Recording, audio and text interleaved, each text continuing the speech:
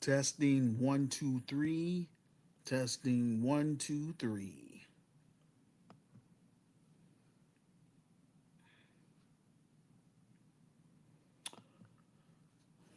All right, we're finna get started. Welcome to Help Stop the Genocide in American Ghettos podcast.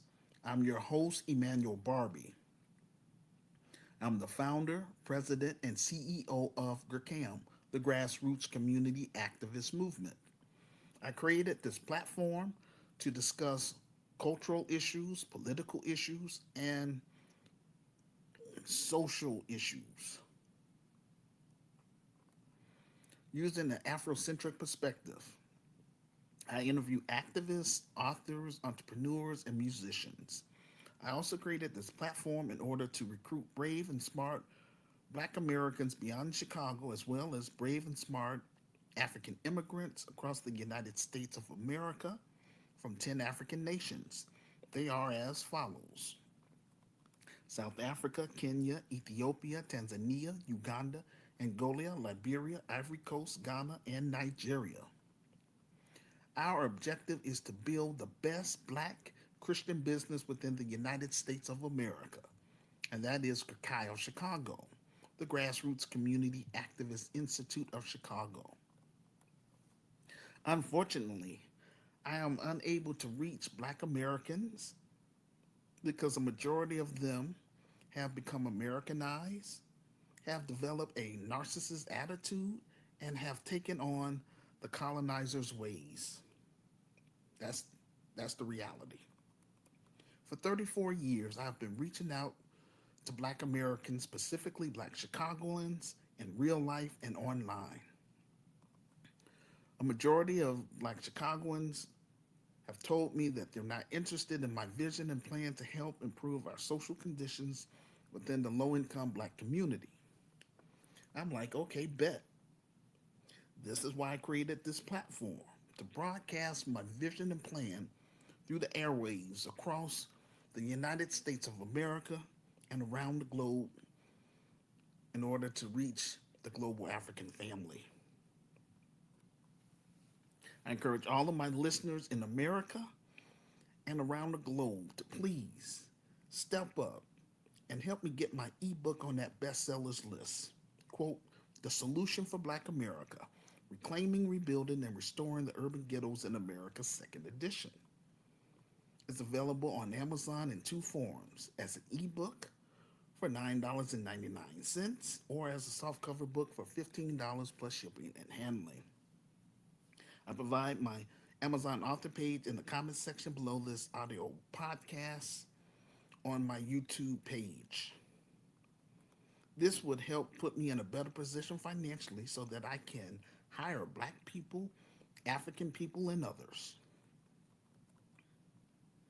I've been paying out of pocket for this business title for 16 years, since 2010, and still I don't have an advisory board or resource team. That's unacceptable, Black America. It really is. And it's a straight up turnoff. But hey, I'm going to do the best that I can to get this thing popping for our people that's trapped in the Black ghettos. I want my advisory board to have an associate's degree or above. I want Black attorneys slash African attorneys, investors, financial planners, marketers, Black entrepreneurs, African entrepreneurs, social entrepreneurs, and philanthropists. That's what I want. And I'm not making any moves until I have those people intact because I can't do everything. This is a Nehemiah assignment. As it pertains to our film project, I'm looking for legitimate artists such as film directors, producers, actors, stage managers, professional fundraisers, technical directors, and marketers.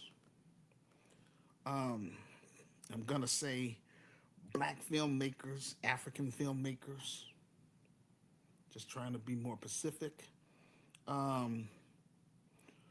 who's going to be able to come to Chicago and join our film project team once we're able to raise the funds. So I want y'all to at least be on standby. I don't know how long this is going to take, you know what I'm saying? But keep on trying. That's how come I do these, um, I would say, weekly audio podcasts, trying to engage with my listeners, trying to encourage them to become GCAM members. All I can do is try. And I'm documenting everything so that way, um, this is my credibility. My revised book is my credibility. Um, Again, this platform is my credibility. My virtual store is my credibility. Future film is my credibility. And the actual business itself is my credibility. So I'm putting stuff out there trying to make it happen. But again, God give us free will. Is what it is. The grassroots community activist movement is for descendants of American slaves slash freedmen.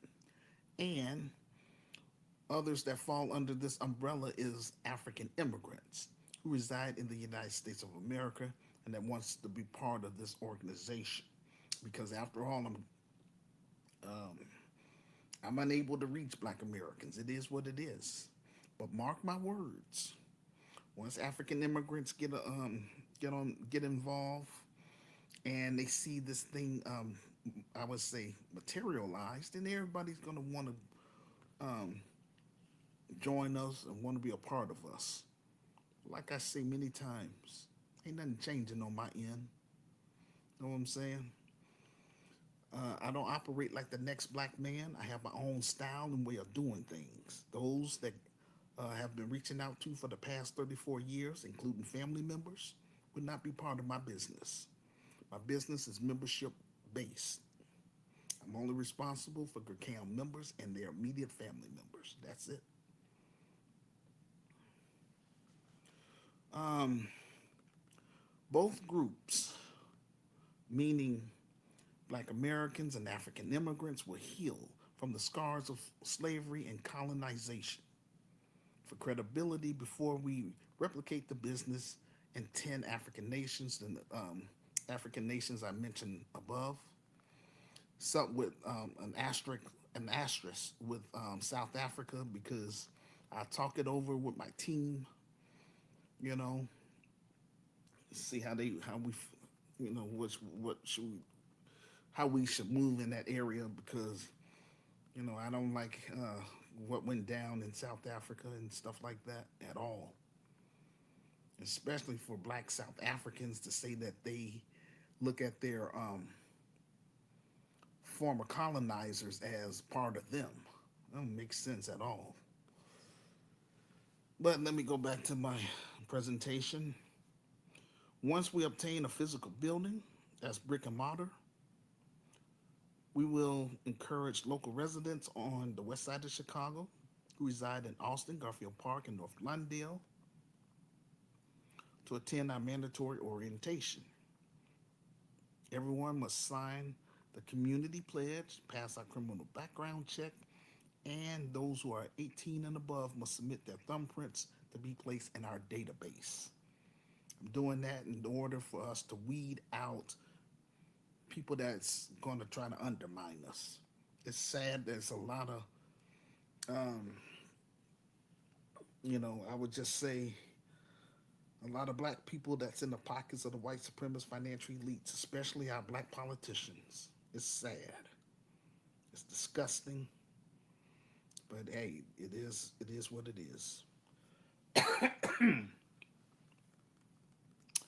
Um, in time, we will offer a second chance program for I'm gonna say street people of nonviolent crimes, former gang members, and homeless individuals within our community, depending on our budget and sponsorship.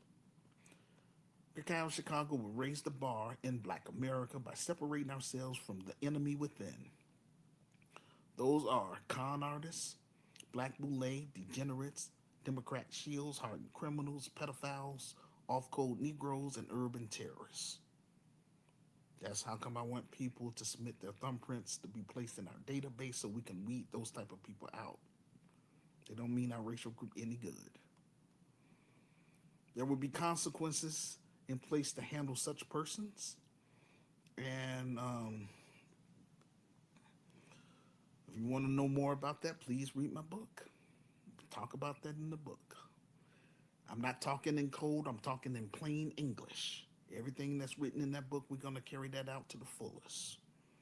Again, I'm just trying to get it popping here in America for credibility before I turn the business over to my advisory board and for them to work it out and do the best they can to manage the business. If it spreads to other cities, cool. If not, that's fine with me. I gave Black America 34 years of my life, and that's enough. Trying to reach out to the global African family. I want to work with you all, those that's on business. But again, read my story first so you'll know what you're getting yourself involved with. Everything in that book, we're going to carry that out to the fullest. When I come to Africa, the whole purpose is to make sure that I can help Black Americans that's GCAM members, that's FM. We're going to bring our talents and skills to help improve each African nation or each economy that we set up business at in exchange for dual citizenship and land. That's all I'm saying. So that's FM, and I'm gonna say Native Africans will be treated equally in this business. And again, we want to make sure we avoid corruption because we ain't about that at all. Eventually, we'll make our presence known on the south side of Chicago in both the low-income Black community and the middle-class Black community. Over here, we are M1, meaning we are melanated first. Nothing on earth matters. Our focus is on solving Black issues in America, point blank. When I expand the business to Africa, our focus will be on solving African issues, point blank. Some of my critics tell me that my introductions are too long. This is a talk show, sir, or woman. But I am mindful. I'm going to try to be mindful. If you have short attention span, then I recommend that you go to my Medium transcript located in the comments section of this audio podcast on my YouTube page. Click on the link, then scroll down to show and prove. And just watch all the videos. That's all I can tell you. Just trying to be fair. But for those of you that's business minded, you want to make sure that this is, because a lot of people keep saying, oh, it sounds like a scam. It's a scam. I'm not asking for money. I want you to read my book first and foremost so you'll know what you're getting yourself involved with. In God's word, in the book of Habakkuk, it says, write the vision and make it plain. So I'm just selling, my idea. You know what I'm saying? That's all. Trying to make it become a reality. But again, God give us free will. No, I can't make Black Americans buy my book. Can't make Black Americans donate to the film project. Can't make Black Americans purchase items from my virtual store. That's a personal choice. And the white man is not stopping Black Americans from buying my book, neither. Again, this is spiritual warfare in real time, ladies and gentlemen. But that's how come I'm online. This is how come I'm on, I'm using YouTube. This is how come I'm trying to connect with those of you that's I'm gonna say business minded. Those of you that's on here want to play games and stuff, your time is limited with me, big time.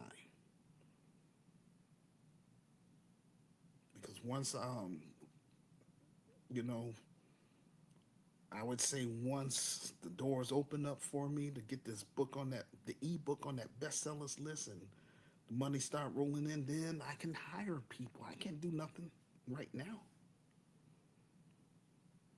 I'm still on a shoestring budget.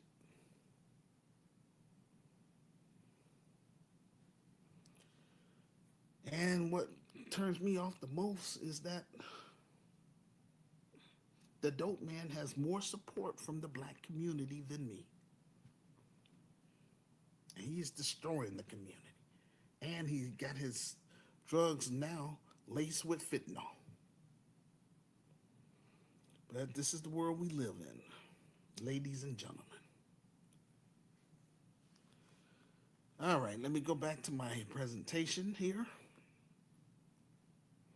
If you are new to this podcast, or if you haven't subscribed to our YouTube channel as of yet, please do so now. Be sure to tap that notification bell for alerts when we upload a new video. Please let us know in the comments section below this audio podcast where you're listening to us from.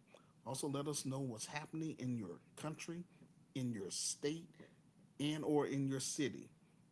Make arrangements with me so you can come on this platform and so we can talk about it in real time. We are a global community and we want to keep our listeners informed about what's going on with black people and African people throughout the world. I would like for us to grow this platform to 500,000 strong, and also for us to get behind this film project so that way um, the whole black world will know who we are, what we're trying to do for, I would say, DAS FM, descendants of American slaves slash freedmen. Eventually, in God's timing, we will be hosting African tours, Caribbean tours, and South American tours, so that way we can move beyond cyberspace and make our presence known in cities, countries around the globe. On this platform, we share news and social commentary on a variety of topics ranging from politics to social justice. I provide um, thought provoking views and details. I provide receipts that support my statements. I noticed that some of the biggest YouTubers are using our talking points. It is what it is. I give authentic commentary that speaks to my passion for shining a light on truth and exposing lies and liars alike. I have zero tolerance for foolishness and disrespect.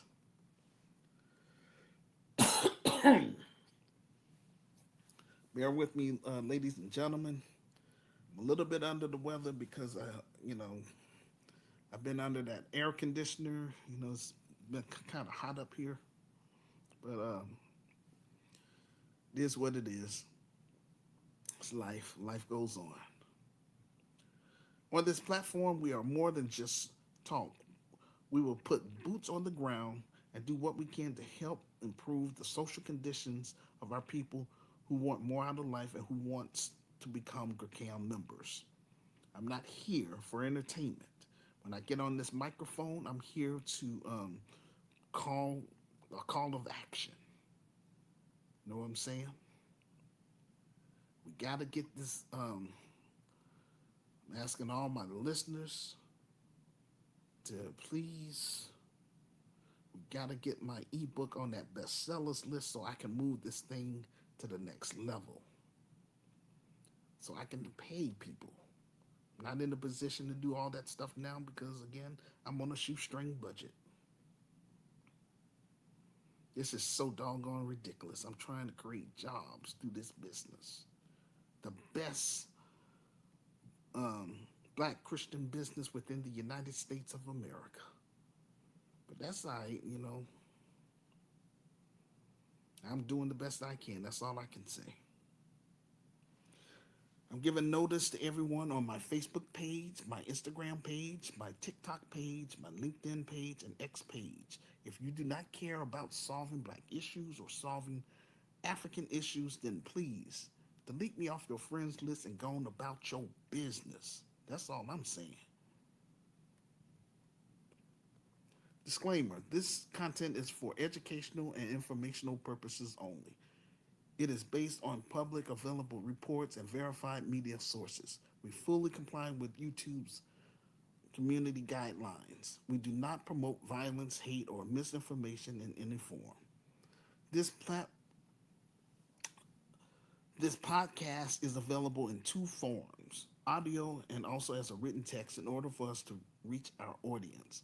Help Stop the Genocide in American Ghettos podcast is our black media component. I would like to encourage my listeners to subscribe to my Medium page. That way you can follow along during my presentations. I provide my Medium transcript in the comment section below this audio podcast. If you are a black artist, African artist, such as an author, comedian, poet, musician, or entrepreneur, then make arrangements with me to come on this platform and promote your book, your business, your music, your jokes, and or if you have a small ministry, then you're more than welcome to share a 30-minute sermon with my listeners from the global community. Again, I try to share this platform. I'm not on here just trying to sell a book. I'm not on here just trying to sell items from my virtual store. I'm not on here just trying to raise funds for the film project. I'm here to recruit brave and smart black people and African people across the United States of America to work with me, help turn this thing into a reality. I don't have any kids. This world don't deserve my seed. However, that's another story. My focus is on reaching out to black parents that lives in the low income black community. This business is for you and your family. Um, After the show, I offer incentives to my guest speakers by teaching them how to create their own podcast, YouTube channel, and get it monetized, as well as assist them with creating a free Wix website. I'm available Saturday, August 8th, Sunday, August 9th, Tuesday, August 11th, through Sunday, August 16th, Monday, August 17th, Tuesday, August 18th, Thursday, August 20th, through Sunday, August 23, Monday, August 24th, Tuesday, August 25th, Thursday, August 27th, through Friday, August 28th, Sunday, August 30th, and Monday, August 31st, all between 2 p.m. to 9 p.m. American Central Time. If you are a member of my Grakai of Africa group on Facebook, don't worry about buying my ebook. I'm mindful that those of you who reside on the continent are living from hand to mouth. All I'm asking you to do is step up, put me on blast by leaving a public comment about the topic in the comment section. Most of all, please share my YouTube link with all of your friends on Facebook and any other social media sites that you are on. This will help get the ball rolling. It doesn't matter how bad I would like to get this Christian business up and running in Chicago. Without financial support from the black grassroots and the global African family, then I am unable to do my God given assignment, which again is to build the best black Christian business within the United States of America. I encourage black content creators and African content creators who have a large following. Please allow me to come on your platform so that I can speak to your audience about my revised book and my film project. Um, After all, this business is for I would say black millennials and Generation Z. This is not my burden alone, this is a shared burden. CAM members will take the lead in solving our social issues within our community. I don't want the brand and the vision to die in America. I want to push this vision to the black world. This is my contribution to Africa's rising. This year, we are determined to get this film project fully funded and made so that way we can get our story on the big screen in order to reach the black world. That's all I'm trying to do. And before I cut and run, I want to make sure that Sister Renee will be well taken care of, that we set up a chapter in West Memphis, Arkansas, because she's been working with me for the past 14 years, dedicated, and I'm grateful for her. But again, like I say, I don't want to die in America. I want to bring my business over to the African continent and work with Africans that want more out of life, bottom line. And screen everybody. Make sure that, we put everything out on the table and let people know what we're about. And, as long as they're on the up and up, I'll work with them and their immediate family members. All right. Please mark your calendar for Wednesday, August 5th. We have guest speaker. Just bear with me because he has a long name. And, like I say, I just do the best that I can. Had to write it down in syllables. So, evangelist, AZD Azuma. Sorry, brother, if I, you know, bunched up your name and all that stuff. You gotta. I only know how to speak English, so just bear with me. Bottom line, he's gonna be on today at 2 o'clock p.m. American Central Time. Friday, we have guest speaker. Friday, August 7th, we have guest speaker, prophetess Edith Augustine, Augustine from Ghana at 2 p.m. American Central Time. Saturday, August 29th, 2026, we're hosting our monthly virtual town hall. I'm encouraging 5 people from my Facebook page or Instagram page, LinkedIn page, TikTok, or from my X page to come forth and be on the panel so that we can discuss our monthly theme. And that would be navigating the future with AI and tech, moving the black community forward. Where? YouTube Live. When? Saturday, August 29th, 2026. Time, 2 p.m. American Central Time, 3 p.m. Canadian Time, 8 p.m. West African Time, 9 p.m. South African Time, 10 p.m. East African Time, and 8 p.m. UK Time. If interested in being on the panel, then please send me a message to my Facebook inbox or to the other social sites that I mentioned earlier. Okay?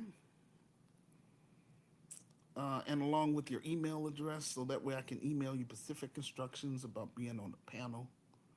If you are unable to participate on our monthly virtual town hall, no problem, then please listen to the replay, leave a public comment about the topic in the comment section, and most of all, share the audio podcast with your friends on all social media sites that you're on. This will help get the ball rolling. Now, if you don't know how to use StreamYard, then make arrangements with me.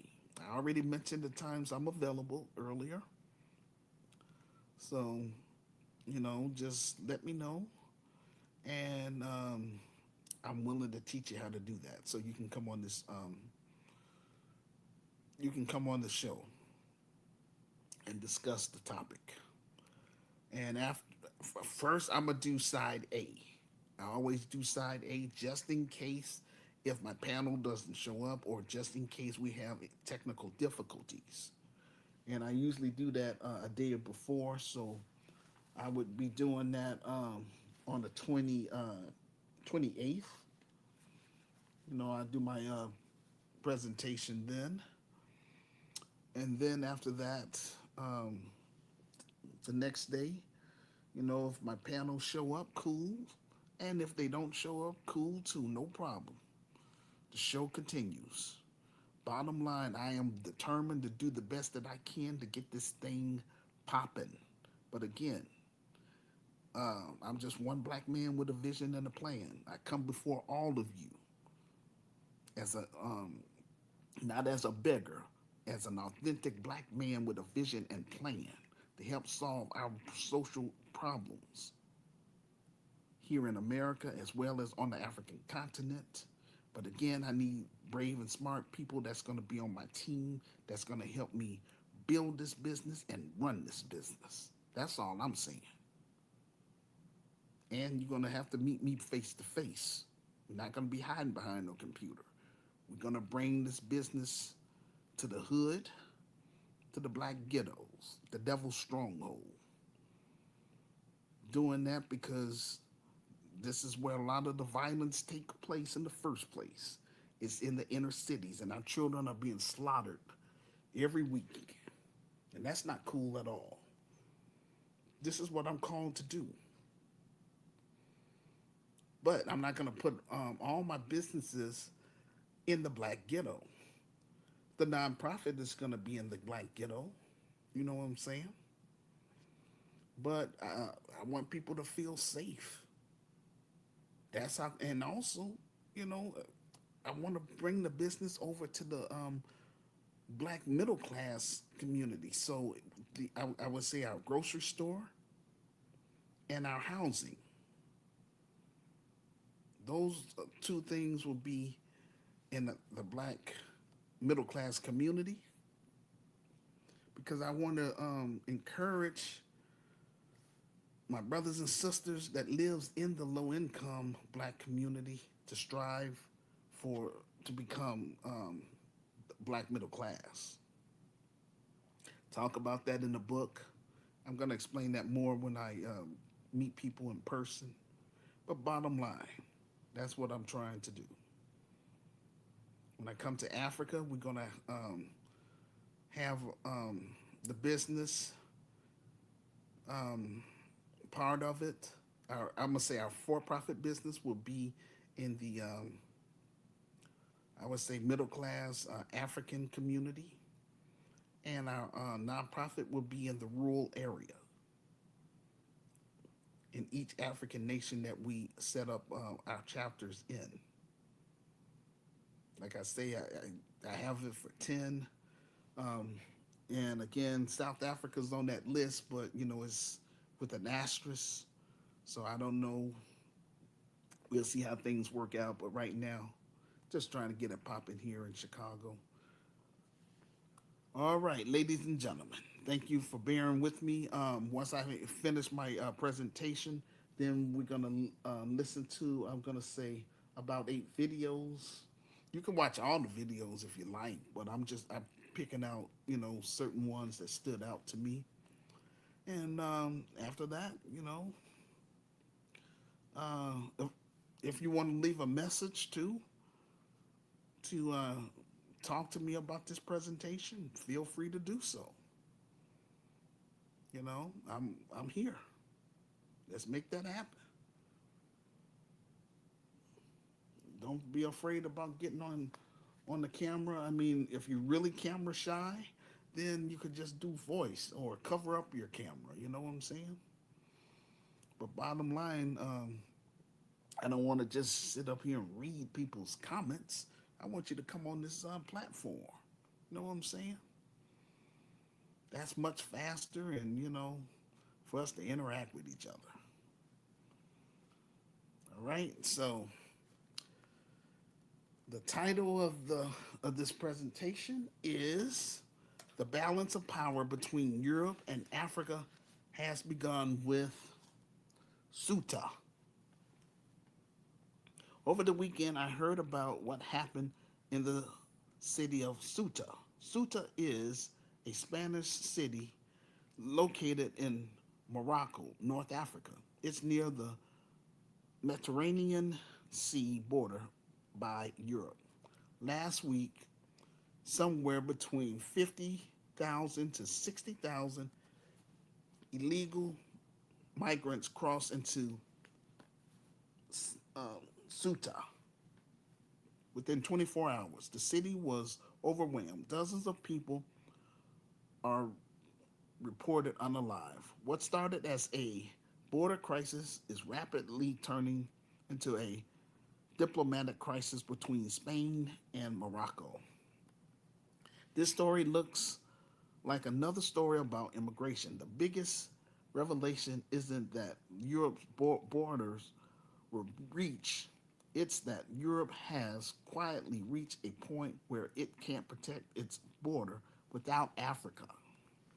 Truth be told, these white supremacist financial elites has gone around the world colonizing and stabilizing other people's economy, land, and resources. Now they're, you know, um, something. What they say is the rooster comes back home to roost or something like that. But anyway, um, all that stuff that they did. Now they're wondering why all these people are flooding our country. Well, you destabilized them. Your ancestors did that mess, colonizing people. That wasn't cool in the first place. So hey, it is what it is. Um, Europe believed that it could solve migration by building higher fences, deploying patrol boats, and tightening its asylum laws. But Ceuta exposed a much bigger reality. Europe's southern border no longer begins in Spain, it begins in Africa. Today, we're talking about the crisis and exposing the fundamental shift in the balance of power between Europe and Africa, and why one small city on the African coast may have just revealed one of the most important geopolitical lessons of our time. President Trump made a public comment. He said, quote, "It looks like an invasion of a country by hundreds of thousands of people. And that same thing going to happen to us if the Republicans don't get elected, except worse. We have the safest border in the world. If we're not in office, our country will be invaded at levels that made Spain look small time." Unquote. First, we need to understand what Ceuta actually is.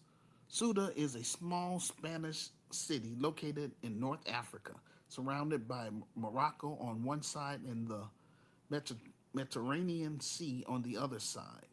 Its story is actually an important piece of history on its own. Ceuta um, stretch, stretches back more than 2,000 years.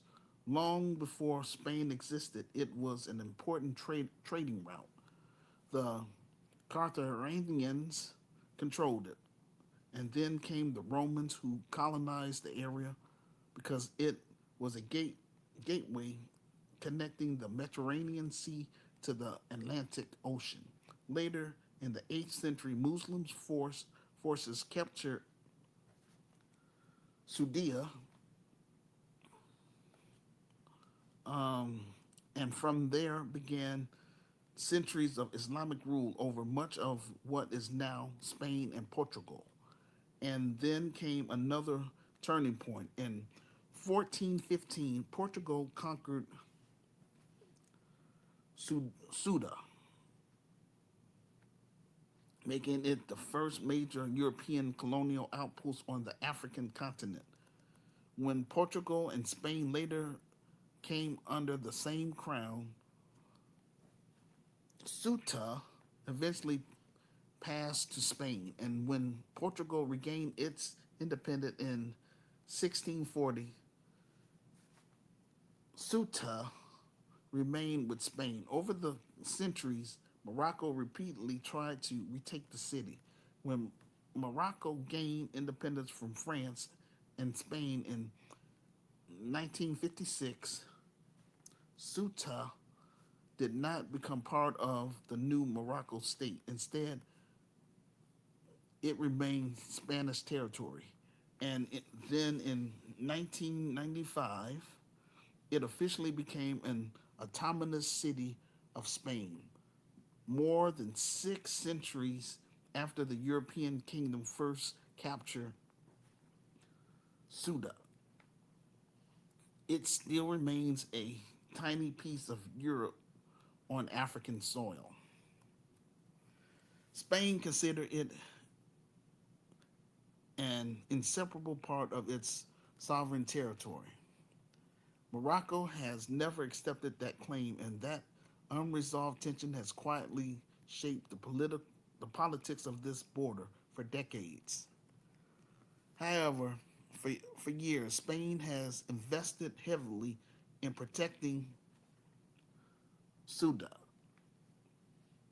There are double and triple layer security fences, barbed wires, surveillance cameras, um, thermal imaging systems, border patrol units, military. It has long been presented as one of Europe's most fortified frontiers, which is precisely why what happened in 24 hours last week has sent shockwaves across the continent. Because despite all of that security, somewhere between 50,000 to 60,000 people crossed into Ceuta in a single day. And that's what, when people across Europe began asking the obvious question: how does one of Europe's most heavily guarded borders become overwhelmed almost overnight? The answer: it has very little to do with the fence itself and everything to do with what was actually happening on the other side of it. Because Ceuta isn't just a border crossing, it is in many ways one of the world's last remaining colonial era territorial disputes.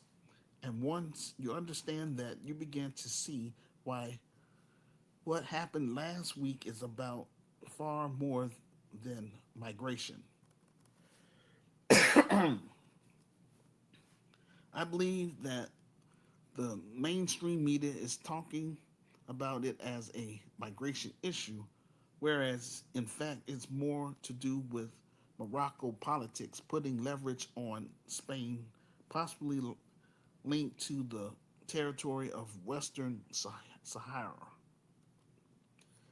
It's a reaction around Europe and the President Trump. Everyone sort of saying this is what's happening if you don't control immigration. I believe that Morocco is using this issue for leverage. It's putting pressure on Spain either to recognize these territories as Morocco and try to normalize di- di- diplomatic relations with Algeria. A border fence is only effective if both sides of the border are enforcing it. For years, Spain hasn't been protecting Ceuta. Moroccan forces, security forces, have routinely intercepted migrants before they reach the fence, dismantling smuggling networks and patrolling their side of the border. In other words, Europe's first line of defense hasn't actually been in Europe, it's been in Africa. And that's exactly why last week's event are so extraordinary. Spanish officials say that the sheer number of people who reached the border in such a short period of time suggests that the normal system of containment on the Moroccan side broke down or at the very least was overwhelmed. Once tens of thousands of people reached the fence simultaneously, even one of Europe's most sophisticated border systems simply couldn't cope.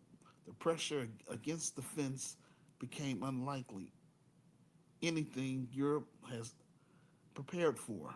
And that's why this story isn't really about a fence.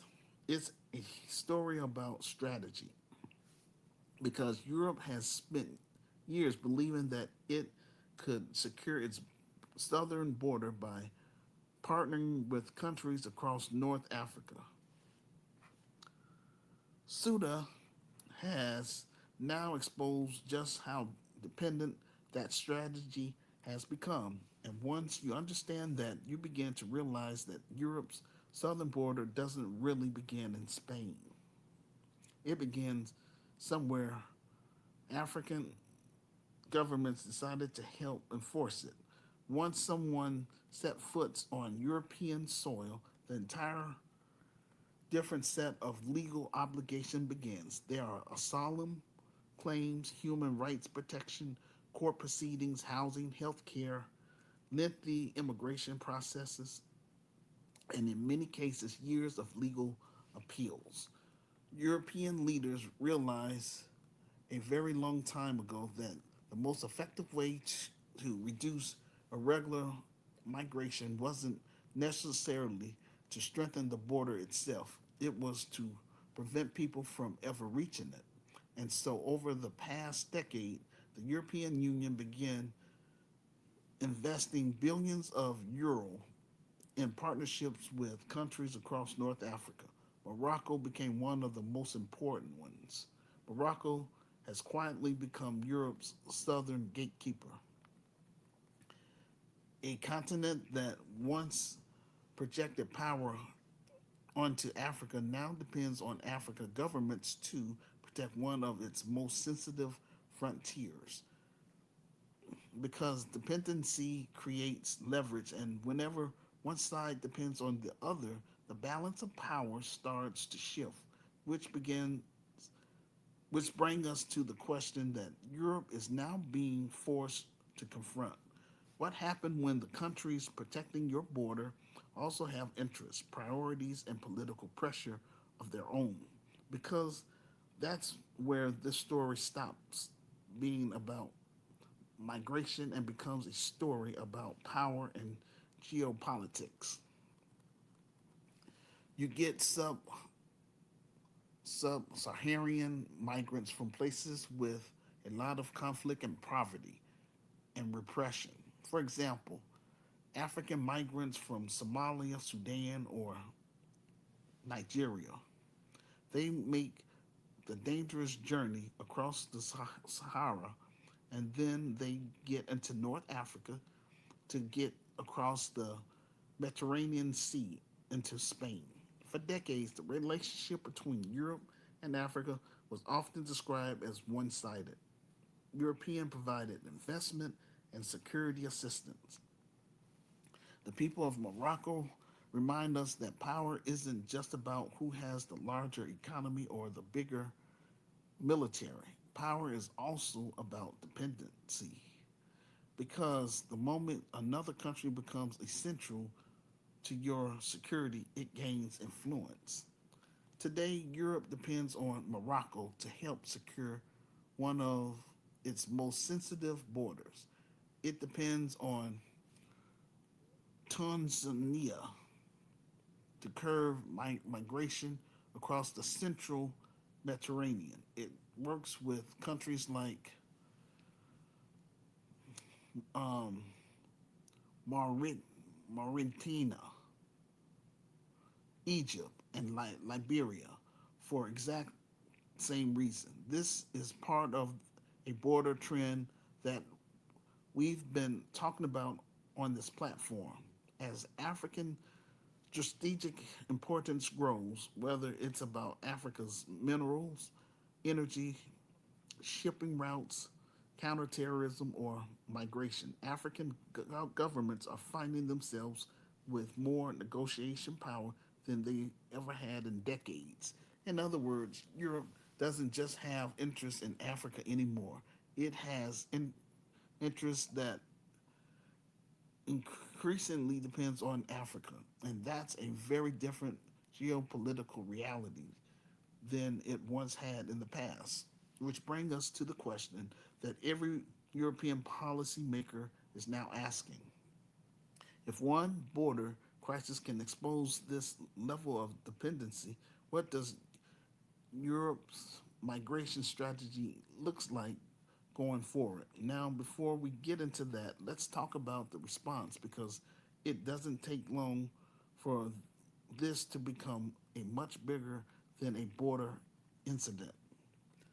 Within hours, the image from Ceuta were dominating headlines across Europe, and almost immediately, the politics began. The Spanish Prime Minister, Petro Chances, described the situation as an un, unpre, unprecedented challenge and called for European solidarity, making making it clear that this wasn't just Spain's problem. His message was simple. When Europe's external border is breached, it becomes a European issue. And that's a sentiment echoed by leaders across the continent because what happens in Suda has reunited one of Europe's most divisive political debates, immigration. For years, anti immigration parties across Europe have argued that the continent's borders are no longer under control, and this crisis has given many of them fresh ammunition with calls for tougher border enforcement, stricter asylum policies, more deportation, and even tighter controls of migration. But the political reaction hasn't stopped in Europe.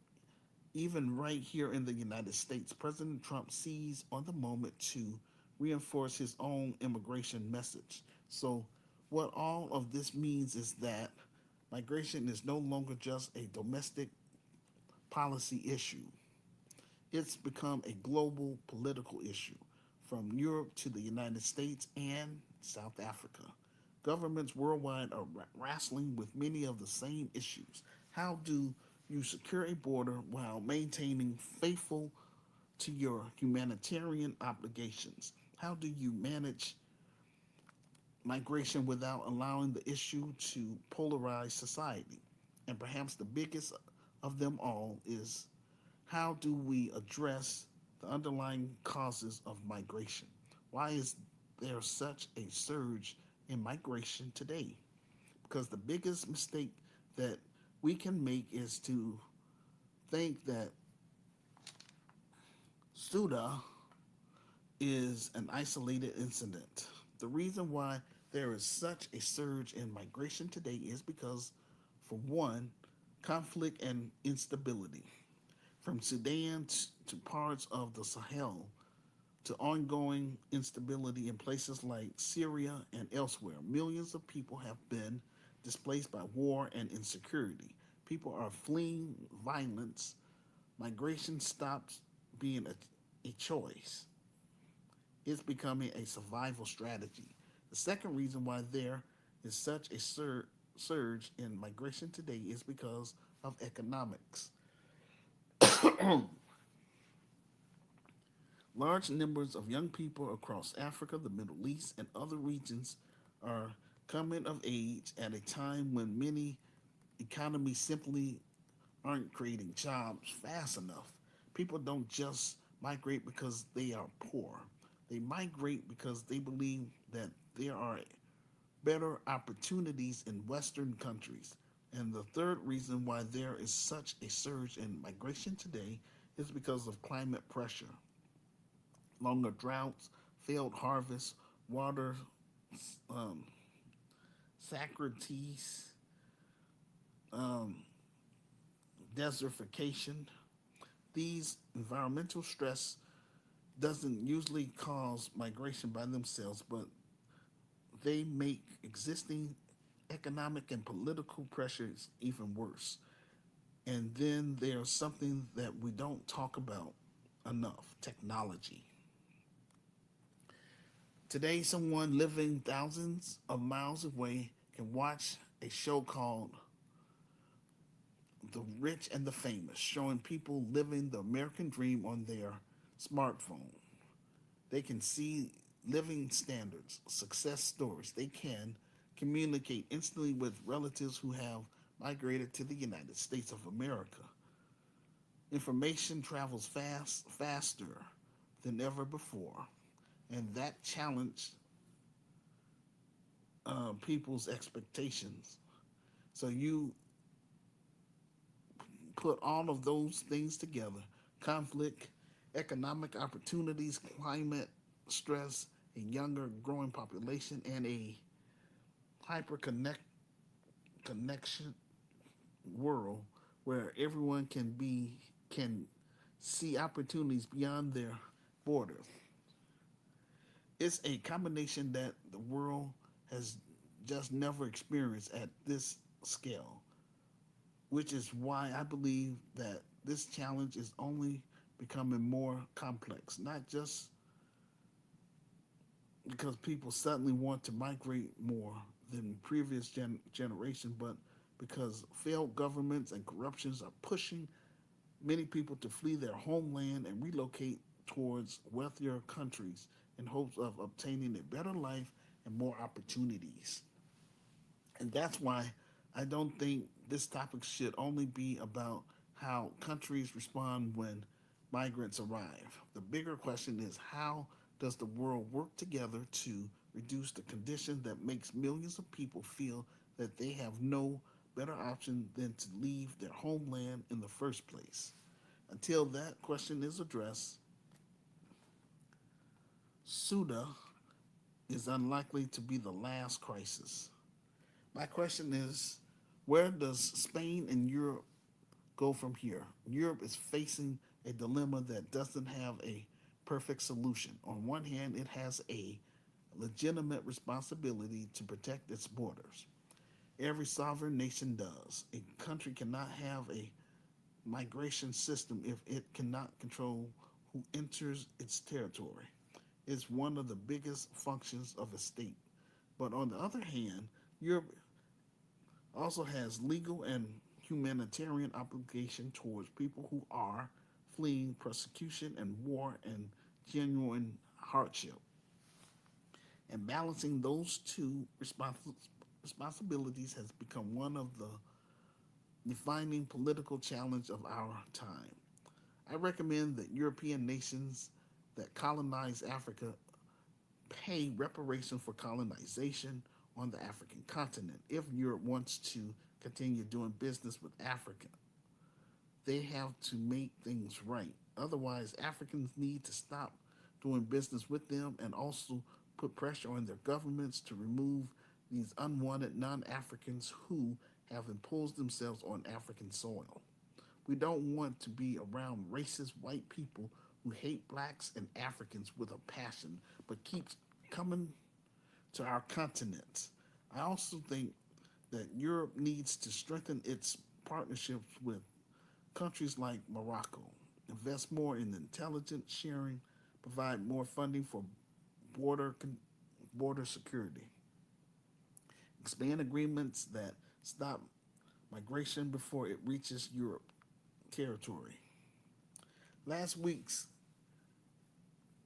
events, many European governments will likely argue that this strategy needs to be reinforced, not abandoned. But there's another conversation that also needs to happen because border enforcement address how people move, but it doesn't address why people move. If conflict continues, if economic opportunities remain deeply unequal, if climate pressure intensifies, if millions of young people continue seeing no hope in their homeland, then the pressure on Europe's border is unlikely to disappear. It may simply return in different places, which means that the long term solution cannot be security alone. It also has to include economic development, conflict prevention, job creation, and investment and stronger partnership that creates opportunity opportunities on both sides of the Mediterranean. Because if there is one lesson from Ceuta, is that Europe and Africa can no longer think of their future separately.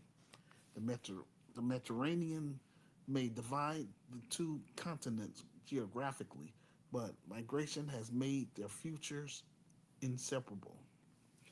And perhaps the biggest lesson from this entire crisis, the question is no longer whether Europe needs Africa. The question is how Europe and Africa choose to work together because geography ensures that they will continue shaping each other's future for decades to come.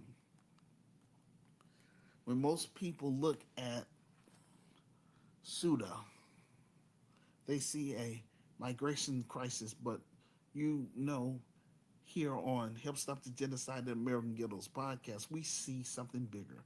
A world where geography is reshaping geopolitics, where Europe is discovering that protecting its borders no longer depends on Europe alone, where African countries are becoming increasingly important, not just as trading partners or aid recipients, but as strategic partners in global security, and where migration is no longer just a humanitarian issue or a political talking point, is becoming one of the most defining geopolitical forces of the 21st century. Whether you're in Europe, the United States, or Africa, this is a conversation that isn't going away anytime soon because the forces driving migration today, conflicts, instability, economic opportunity, climate pressures, and demographics are getting worse. They're becoming more interconnected, which means what happens in Suda may not be remembered as just another border crisis. It may be remembered as warning. A warning that the old assumption about borders, migration, and even the relationship between Europe and Africa are beginning to change. What do you think about the lessons learned from Suda? I am Black American, a descendant of American slaves slash freedmen. I am called to help improve the lives of Black Americans who become GRCAM members and build a connection with African immigrants who want to be part of us. GRCAM members will assist me in building and running this Christian business, GRCI of Chicago, so that both groups, Black Americans and African immigrants, can build and heal from the scars of slavery and colonization. My people have the moral capital. Our fight for civil rights and human rights. This business is for you and your immediate family members. Please leave a public comment about the topic in the comments section below this audio podcast and share with your friends on all social media sites you are on. This will help get the ball rolling. Thank you for listening to our audio podcast and for joining us on the stream. We greatly appreciate it. I need you all to support our film projects so that we can move Cam to the next level and get it on the big screen to let the whole black world know who we are and what we're trying to do for descendants of American slaves slash freedmen who reside in the low income black community. Quote, Hood Liberator made in Chicago, the war against Willie Lynch begins, unquote.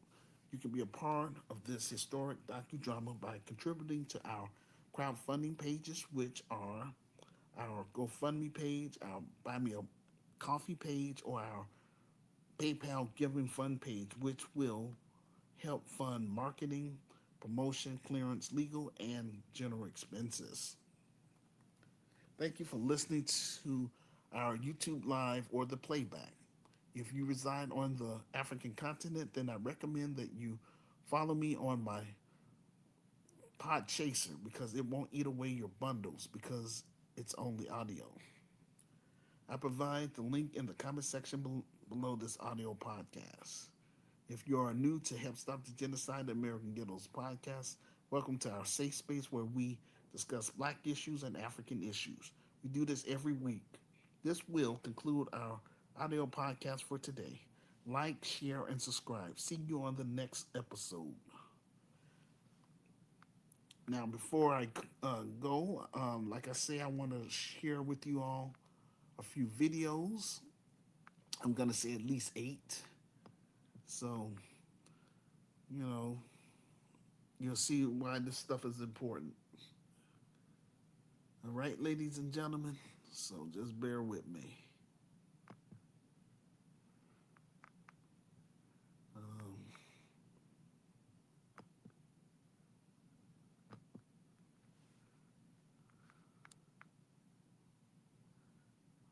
Okay, let's see.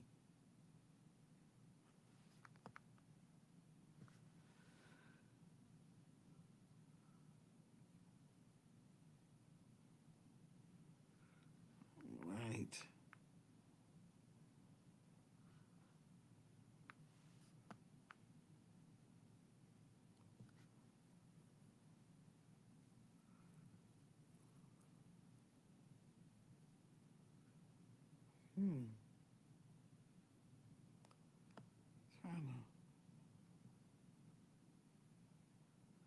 All right, here we go.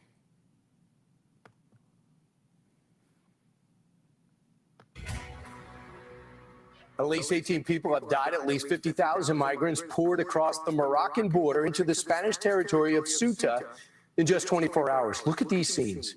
It's forcing Spain to deploy its military to the border just months after Spain's socialist government launched a mass amnesty program for illegal migrants. Our next guest warns this is what America could face if Biden-era progressives return to power. Remember, the DSA says no borders. Former Margaret Thatcher advisor Niall Gardner joins us now. Niall, your thoughts as you see the swarms go over the wall, go through the so-called turnstile and into Spain? Good morning, Brian. This is an absolute disaster for Europe, and it's the direct result of open borders, socialist, crazy policies, frankly, including a mass amnesty for illegal immigrants in Spain. And this is the result. At least 50,000 illegal migrants crossed into Spanish territory yesterday. Many more will cross in today. Some estimates indicate that the official figure is far too low. There could be perhaps 80 to 100,000 migrants who've crossed into Spanish territory. And this is a vision of America's future if the socialists, the communists take power in the United States in 2029.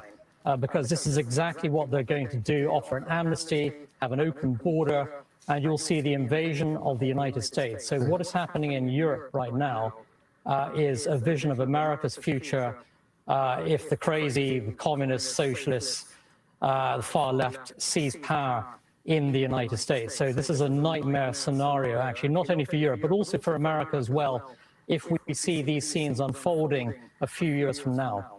So, you know, the thing is, this isn't random. This is Spanish Supreme Court ruled that limited the immediate return of migrants intercepted after reaching Ceuta by sea. And then they had a 2025 program that told undocumented migrants who did not commit crimes, basically, you can stay. So if you're in Morocco living in squalor, you go, this is my chance. I'm going. I'm out of here. The White House says this. Yeah. President Trump has long warned that Europe that would happen if they continue to implement far-left globalist policies, including enabling mass migration. Spain and other countries who have adopted this destructive philosophy should immediately reverse course or risk their own demise. He is right, and he was right in 2016 when he said it and when he ran, wasn't he? Yeah, President Trump is absolutely right about what's happening in Europe today. We're seeing, frankly, the future of Western civilization under threat right now as a result of mass migration, as a result of open borders policies. And this is what happens, of course, when the left take power. And what we're seeing right now in North Africa, in Europe, is what would have happened to the United States if Kamala Harris had become president, actually. There's no doubt about it, actually. And we are seeing really, literally in real time, the end of Western civilization as a result of socialist policies.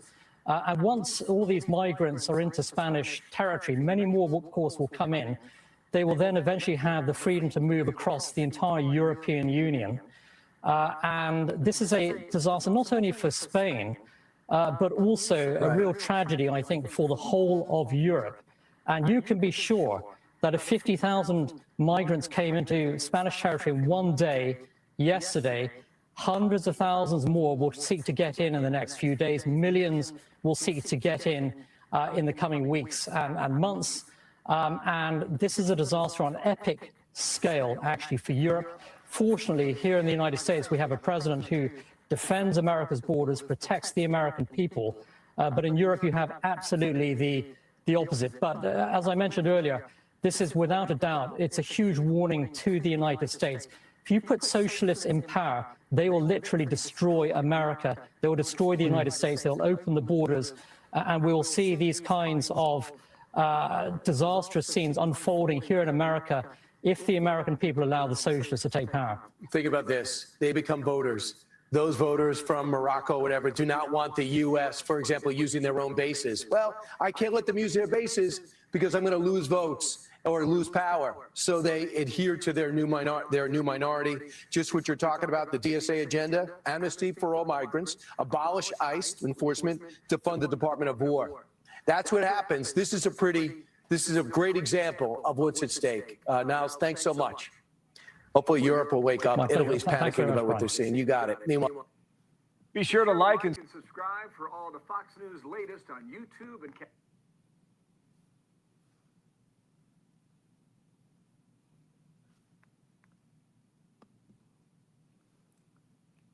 That's why I finished. I was finished talking about on my presentation. So just saying, this stuff is real.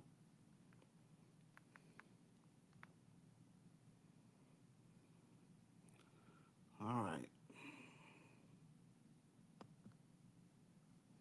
Let's check this out. The conversation has shifted toward the treatment of Africans by some foreign businesses operating across parts of Africa. I'm sorry. Fair use for all these videos that I'm showing. You know what I'm saying? Fair use. With many people drawing comparisons between those reports and the experiences Black Americans have described for years. Accept it or not, 1 week. The next chance, but you don't have a right to say no. This is last chance, give peacefully. If we can't do that, we'll ask another person to replace it. If we cannot do this, we'll ask another person to replace it. Don't worry. All right, that's what you think.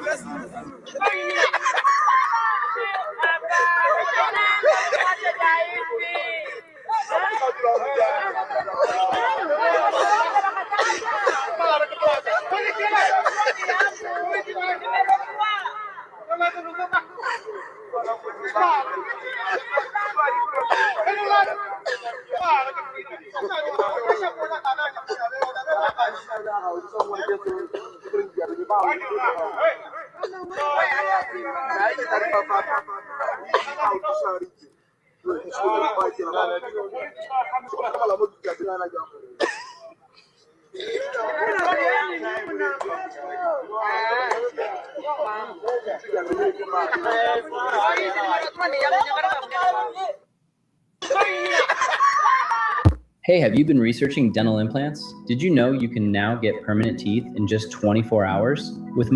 Videos circulating online have fueled debate over allegations of discrimination, unequal treatment, poor working conditions, and disrespect toward local African workers. But what I hate to see is Chinese, Arab, any others going over there to Africa and treating my brothers and sisters like crap. I'm not cool with that at all, okay? Right now, China is literally buying up Africa, okay? And these people are going over there treating Africans like absolute dog, okay?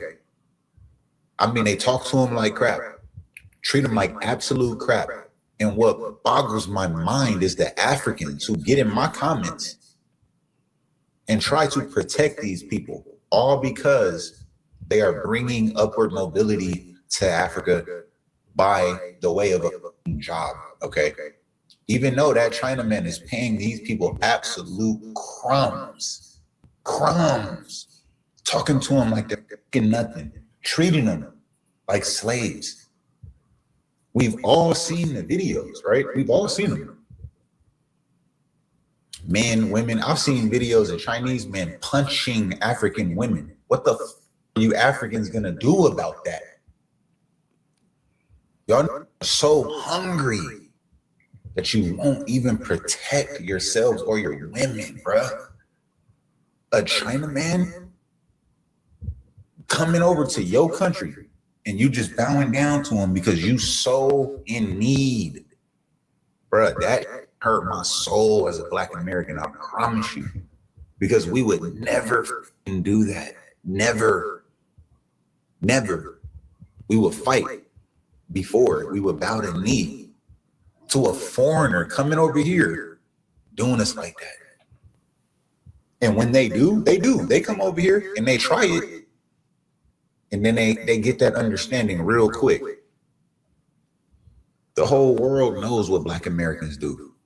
So I don't need to sit here and, oh, yeah, we do this, we not. Y'all know.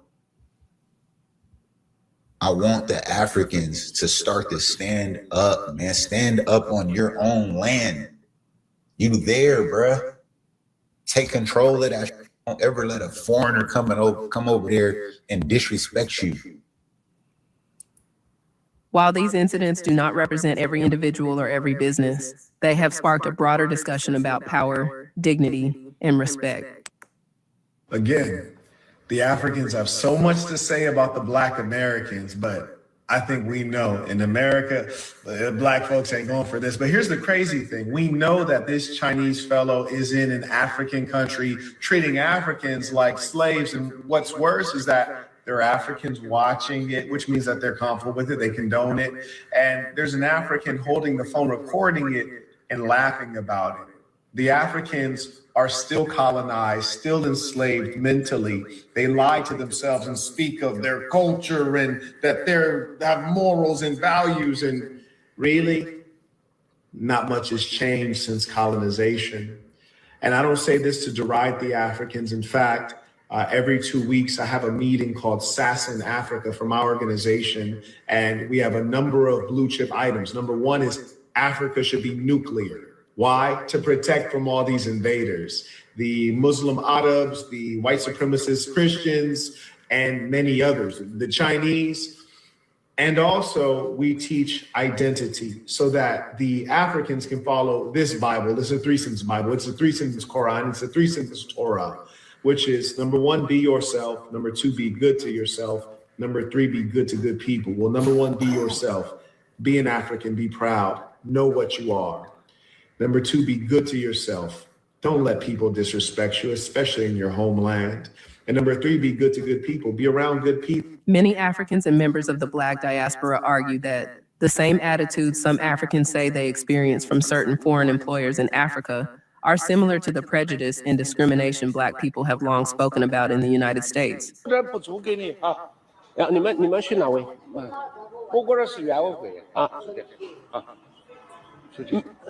对，我先看房子，没人看头啊，哪个都不敢租给你啊。好，好，没关系。但是我看我是不能看吗？我看可以看是不是？对吧？对，你说不能，我不能住这里，但是我能不能看？哪儿也不能去。但是我能不能看嘛？不能拍，不能拍。我不是拍我拍你吗？我没有拍你，我记录我自己，不行吗？我们照片都不能拍，请出去哈，哦，不要碰我嘛，不要碰我，不要碰我，不要碰你，但是请出去哈。请出去。我不是来拍你，我来拍你没有？我们这儿的房子不允许拍哈，走。Would you guys like to know how much revenue a gas station can generate? It'll surprise and shock you. So stick around. 走。 So that's an African in China trying to rent a unit, and the Chinese are telling them, hell no. Better yet, you can't even walk through this complex. And you see, I think that was a security guard telling him to go. And they was calling him all kinds of names. And what's wild to me is you never see the African Union, none of these African leaders calling out China for how they treat the Africans, but Chinese, they setting up factories, they setting up businesses. I'm talking about large businesses, mom and pop shops all throughout Africa. And Africans never do anything to the Chinese, but work for them and get paid under wages, right? And they sell them some of the most crappiest products ever. They kind of use Africa as a dumping ground, but none of these African unions, the AU, never call out China, nor do they call them out for how they treat the Africans in China, right? Mind you, these Africans have a whole country behind them. They come in, a country that's supposed to represent them. So yeah, it's wild. Like Chinese could do whatever they want in Africa. The conversation isn't about attacking an entire nationality or ethnicity. Instead, it's about asking why these stories continue to surface and why so many people recognize similar patterns of disrespect across different parts of the world. I'm not surprised to see this at all. This man, and I don't care. I don't even want to know what happened in the video. All I know is I see a man being assaulted by an Asian man. Chinese, Korean, whatever you want to say. He's of Asian descent.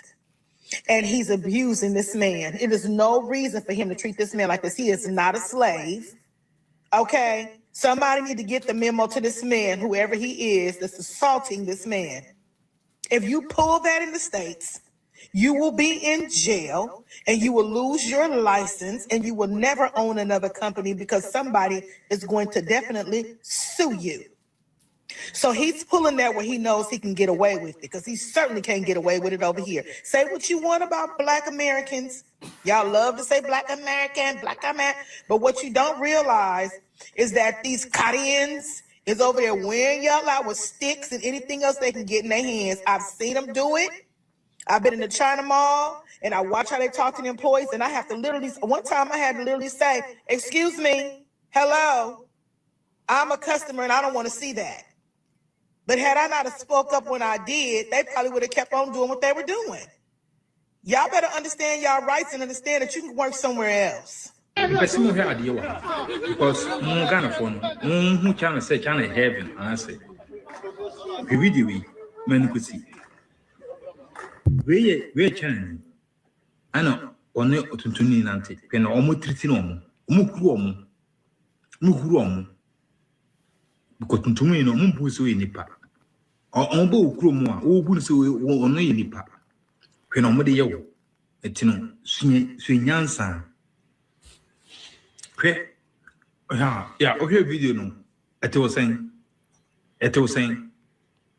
yeah, you Ghana. Africa, you need to cross. I don't. We need to say, one, any Biancasano, you want to be yet, it be assassin. Omono, tea, ya bomb say, you own pesca. No, Mrs. Dining on we, son with you.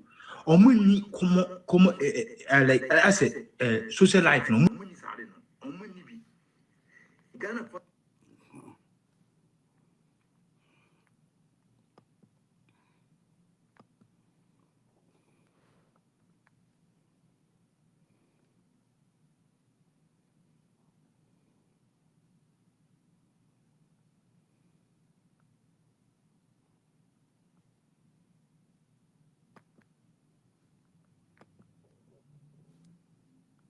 that once Chinese people stay in Africa for a long time, they actually don't want to go back.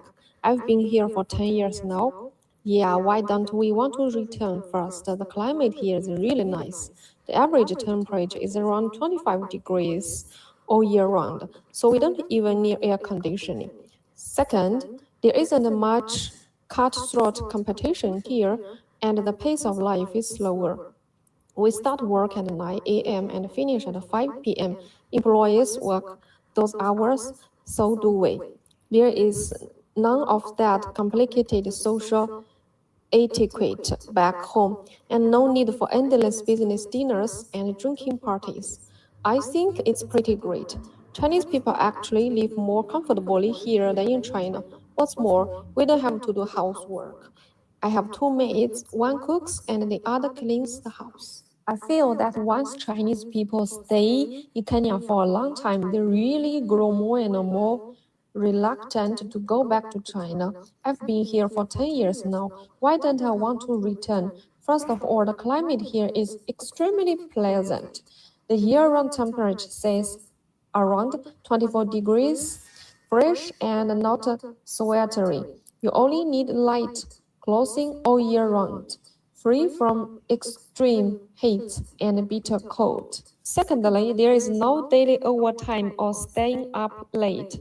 Besides, interpersonal relationships here are simple and straightforward. You don't have to deal with complicated social obligations or frequent business dinners and drinking parties, which saves you from much mental exhaustion. To be honest, Chinese people live much more comfortably here than in China. I don't need to worry about housework at all. I have hired domestic workers for take care of daily chores, including laundry, cooking, and cleaning. I just spend all my time to work. Do you know how amazing it is? In just 3 seconds, it can give you a smoother shave than your wife's, leaving no stubble. Developed jointly by a renowned razor brand team. And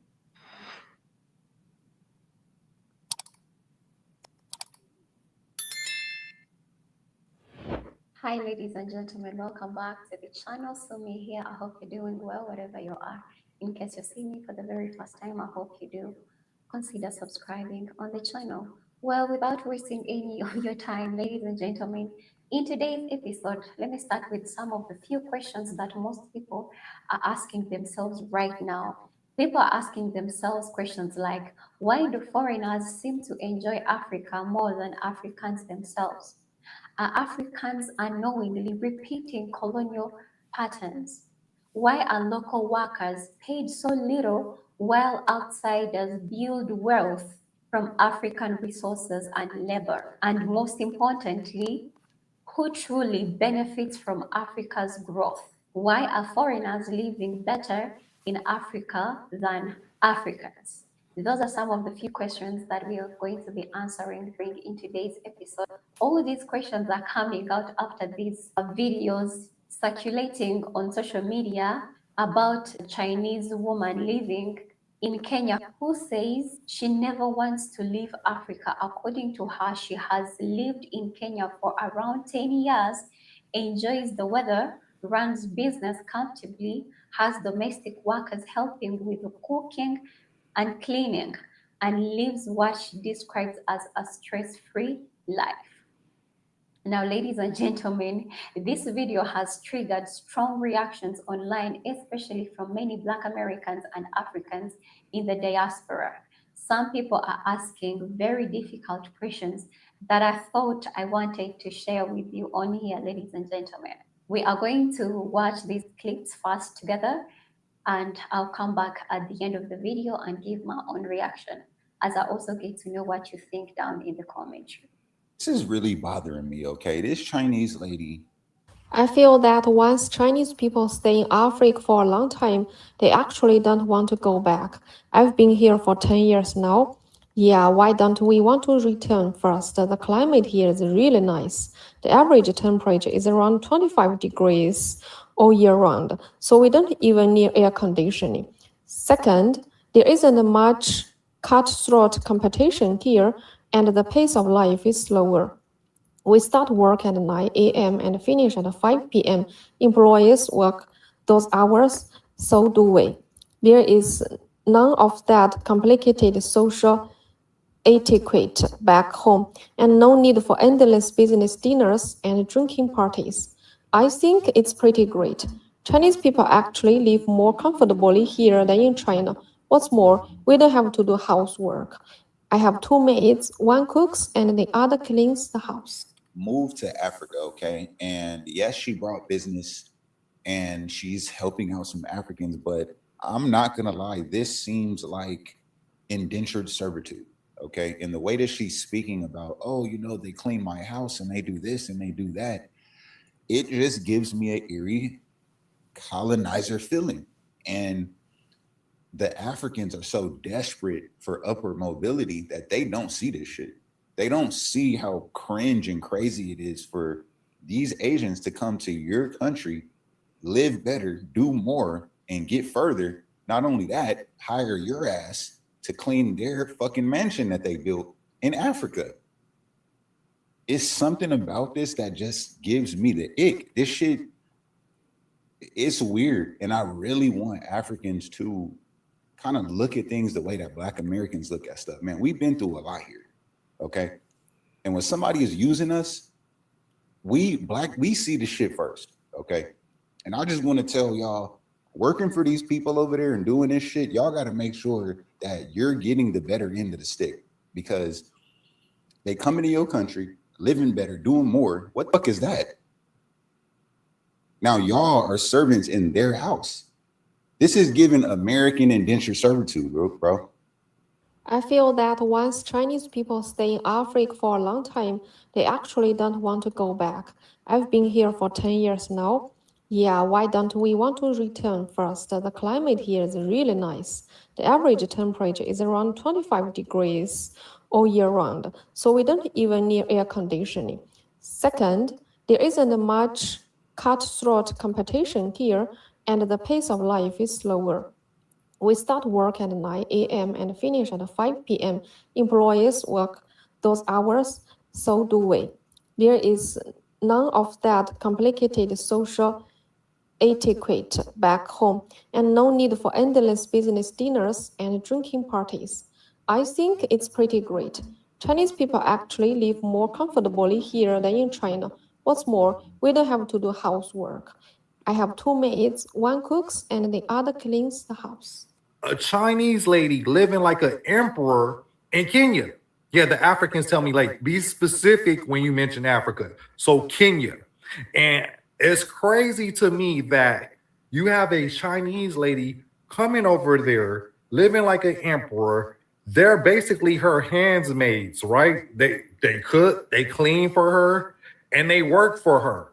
And as y'all notice in the video, she don't have them in any type of leader positions, right? They're not managers, they're not supervisors, they're not leads, they're all workers. And that's good for her. She don't have no competition. I'm pretty sure in China, there's a lot of competition when it comes to business, right? And I only bring this up is because when you see people like Khalees is my milkshake, bring all the boys to the yard, Nas ex, I guess, girl.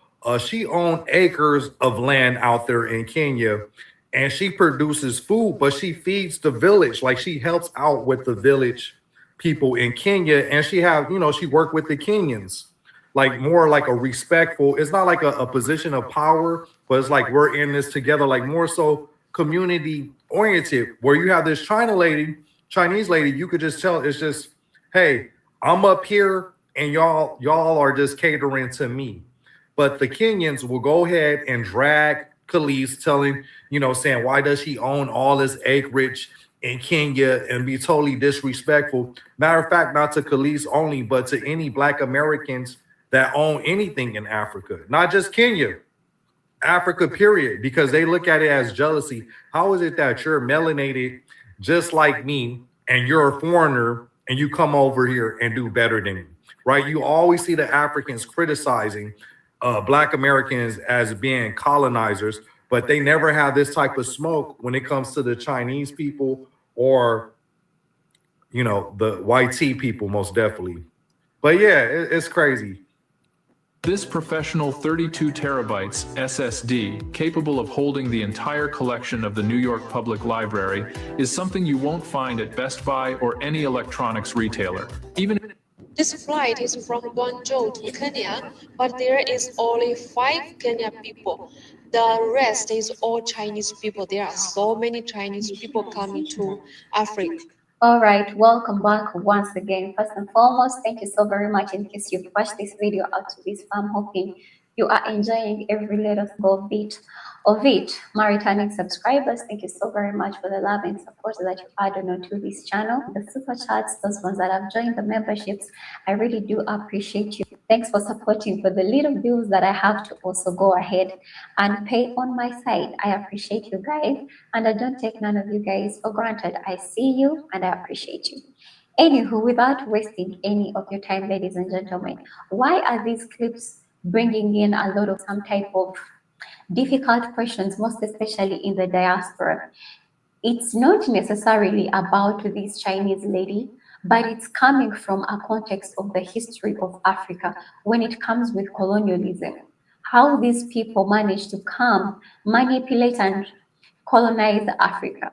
So I am thinking these people are coming out because they are scared that the same thing might actually happen again, because we have seen how these people come, they enjoy the continent, they enjoy all their resources, and surprisingly, they are actually using the Africans and give them their small money, slavery wages, and then they are literally using them on their own continent, on their own motherland. Why? Why does it seem like foreigners come and enjoy the motherland more than we, the Africans that are in here? That is why most people are really triggered by these videos. Mind you, these people don't even want to go back to their homes. They are saying they are feeling more comfortable here because they have workers, they have maids who clean for them, who cook for them, who clean their toilets. Now, as an African, why would you want to work for a foreigner and then you're cleaning their toilets? Why? You want to tell me as Africans, we really don't have the brains of using our own resources, and we are the ones supposed to employ these foreigners. Why does it seem like these foreigners are coming to the motherland and taking over all the opportunities that belong to the African people? And you know what is even surprising and shocking? No African is coming out and talking about this. Africans will never come out and talk about this. They leave the foreigners to enjoy fully, as long as, I don't know why Africans are so used with being used as slaves. I don't know why they are so comfortable with that. Is it the colonial mindset? They feel like they have to accept anybody who comes and maybe looks like here. They think if someone looks like here, because yes, here in Africa, if you look like here, maybe you're Chinese, Indian, you are Mexican, Latino, you come here in Africa, you're seen as white, and you have the privilege of literally stepping on an African. For a few Africans, of course, not all of them. I just don't know why my people just keep on accepting this kind of slave mentality, to keep on obeying these people, to keep on bending. It is not a bad thing, to make business with them. But I mean, why do you have to work with this person and all you do is to be their maid? Yet you can actually do better because this is your home. For centuries, Africa was colonized.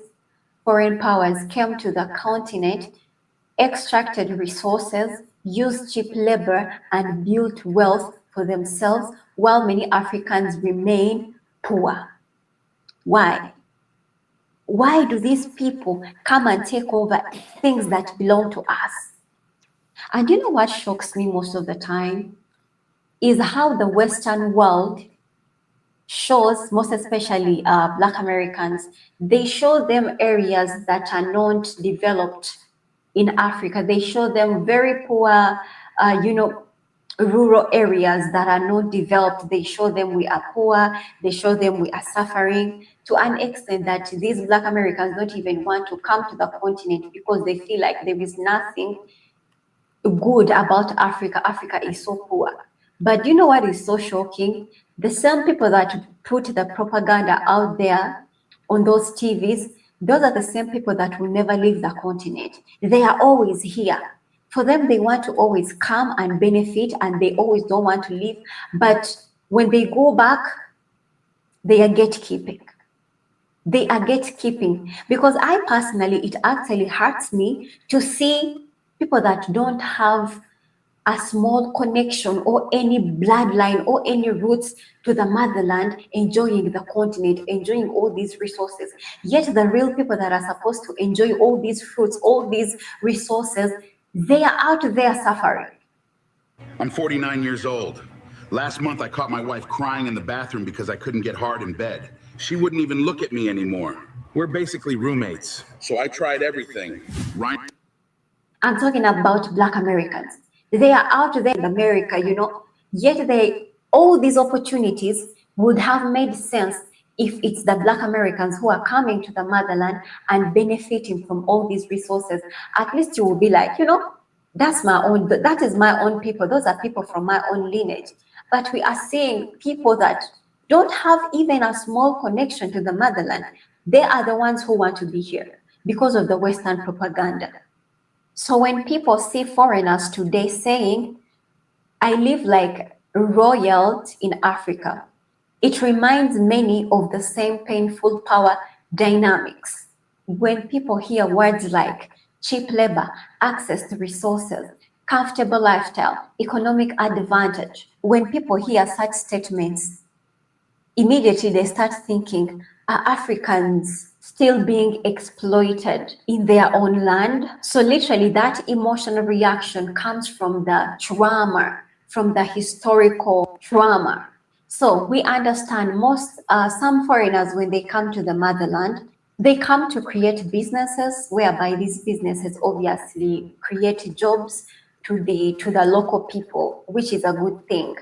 You know, but again, when you sit down and think about it, you're like, what these people are doing, we as Africans, we can do it as well. Why are they coming over and using resources that we always look at, and they are giving us jobs?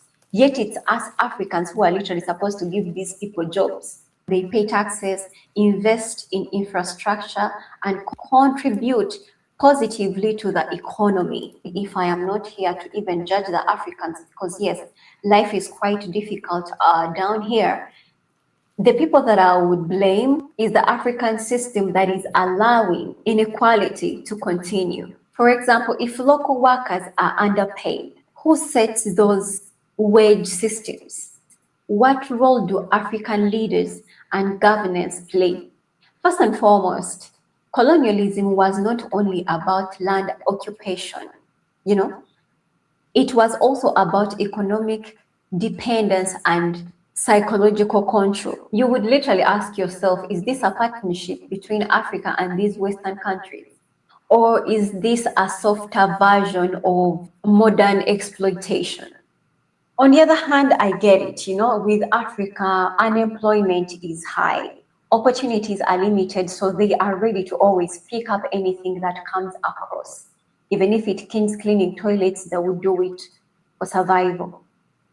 Of which I know even in Western countries, people do those jobs, you know, but at least the paying, when you convert a dollar to the African shillings or money, the dollar is always high. And sometimes you feel like it is okay. So literally with this whole situation, survival comes first.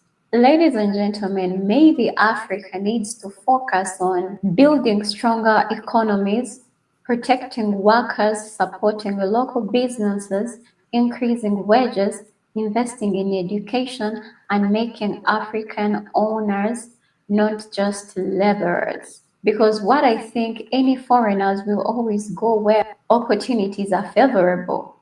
And the real challenge here is that making sure that Africans are benefiting equally in their own continent. At the end of the day, this conversation is bigger than one Chinese woman living in Kenya. Not only Chinese, but people that look like here as well. Because honestly speaking, Africa is rich. And how can the continent grow without repeating the painful pattern of the past? So, ladies and gentlemen, I want to hear from you. What do you think about this episode? What do you think of this situation? As Africans and Black Americans, we are in a worry. Every time we see these foreigners coming and enjoying all these resources in the continent, and they are still making these Africans their employees and giving them slave wages, it kind of scares most of us. Like, are we going back to the same history that happened to the continent? Colonialism has never stopped. These people are still doing what they do better. So, in case you've watched this video up to this point, I'm thinking maybe you have enjoyed it. I would like to know what you think down in the commentary. I think we shall meet again in another video that I'll be uploading. Pendejo. Dumbass.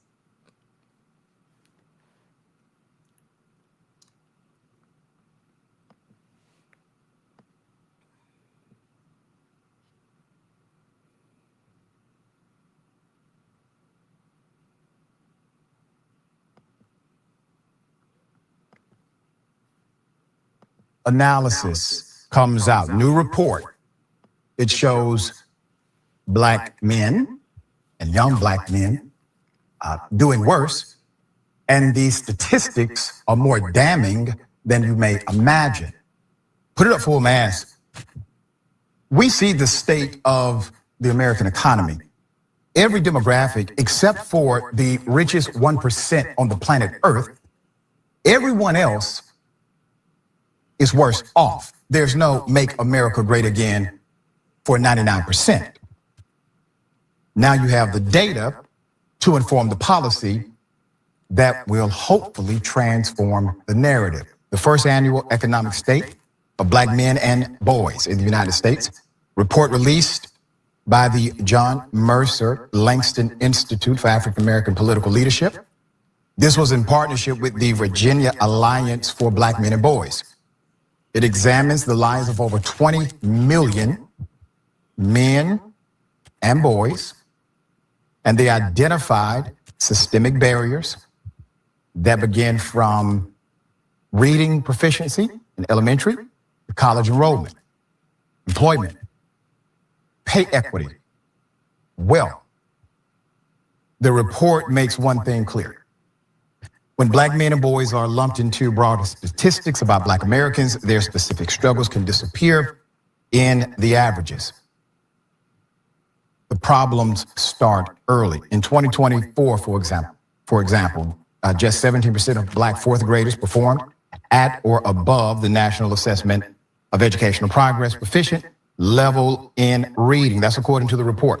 By eighth grade, that number dropped to 14%, while more than 60% of Black eighth graders perform below the basic level. Then there's college. Black male undergraduate enrollment dropped about 22% between 2010 and 2022. At historically Black colleges and universities, HBCUs, where Black men have historically played a critical role, the decline was even steeper. Black men now make up roughly 26% of HBCU enrollment, down from 38% in 1976. Now, you're looking at basic effect. Cause is not codified in detail. We have some variable, but things to consider. For example, cultural relevant learning, the learning style of each child, the socioeconomic reality that one child goes to school bearing, that the other child does not. Schools are typically a reflection of the socioeconomic environment of that local neighborhood. And so when there's a hungry child, there's a child who doesn't give a damn about learning over eating typically. They're hungry. And if you don't address the hunger, you cannot address the academia. There's more. And once they enter the workforce, the numbers are not much better. April 2026. Black workers had a 7.3% unemployment rate, the highest among the nation's major racial and ethnic groups. That's according to the Joint Center for Political and Economic Studies. In June, that number was at 6.6%, as we discussed. High unemployment within the Black community usually points to greater implications for the rest of America. Now, you can't say they're not employable. They don't have skills. The irony is there was a time when damn near 100% of any Black person in America was employed through the venture they called enslavement. The employment dynamic is systemic, not only to opportunity and availability, but also who's in charge of the paradigm, who's in charge of the industrial control. The employment population ratio for Black men also dropped between the first quarters of 2025 and 2026. You are in Trump territory 100%. With the decline concentrated among men without four-year college degrees, the study found. For those who are working, the pay gap remains stubborn. But that's no secret. Black men earned a median income of $1,039 a week in 2025. That's compared to $1,354 for white men, roughly 77 cents for every dollar earned by a white male. In modern history, the only time we saw that number shrink, the difference between those two numbers shrink, was under the Obama administration, and that was an initiative led by the Department of Justice, ironically. Black households had a median income, transaction account balance of $2,200 compared to $10,000 for white households. Now you're talking about inherited money, wealth, access to capital. Black home ownership stood 43% compared to 73% white home ownership. Your home, for 99% of any person, your home is the largest investment you will ever buy. That means when a job disappears, an unexpected bill lands, or an economic downturn hits, Black families often have less room to absorb the blow. The report calls for earlier mentorship, stronger literacy programs, mental health and career support, expanded apprenticeships, and skilled trade opportunities, and targeted help for Black men facing long-term unemployment. And in all due respect to the study, you can have all of those things and it still won't work if you do not change the paradigm of leadership who's in charge of making the decisions to hire and fire, i.e., let's get rid of DEI. Now let's get rid of Black people because we got rid of DEI. Now let's get rid of anyone who supports DEI. Dr. Wes Bellamy, great brother, put him up full mask. The author of the study said, quote, "Communities cannot solve what they do not measure." He is correct. They cannot solve it accurately. What I was most happy about is the fact that we now know the data and we can develop a plan. He continued, "It's one thing for us to talk about and synthesize and summarize what's transpiring. It's something completely different for us to actually have the figures all compiled in one particular area, and now we can plan to move forward." Keep his picture up because I want to bring home how important it is for conferences like this and men like Dr. Bellamy.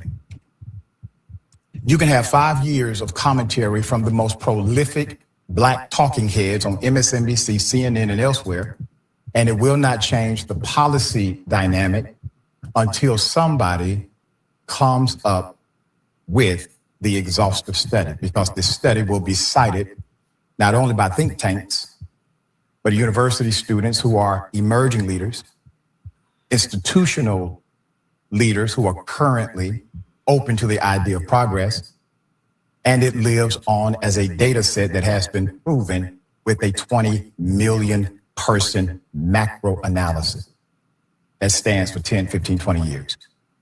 Job well done. Simple. I only pay $10 a month for my internet connection. Fast, unlimited, anywhere. Have you heard about Ryoko Pro? This is the cutting edge.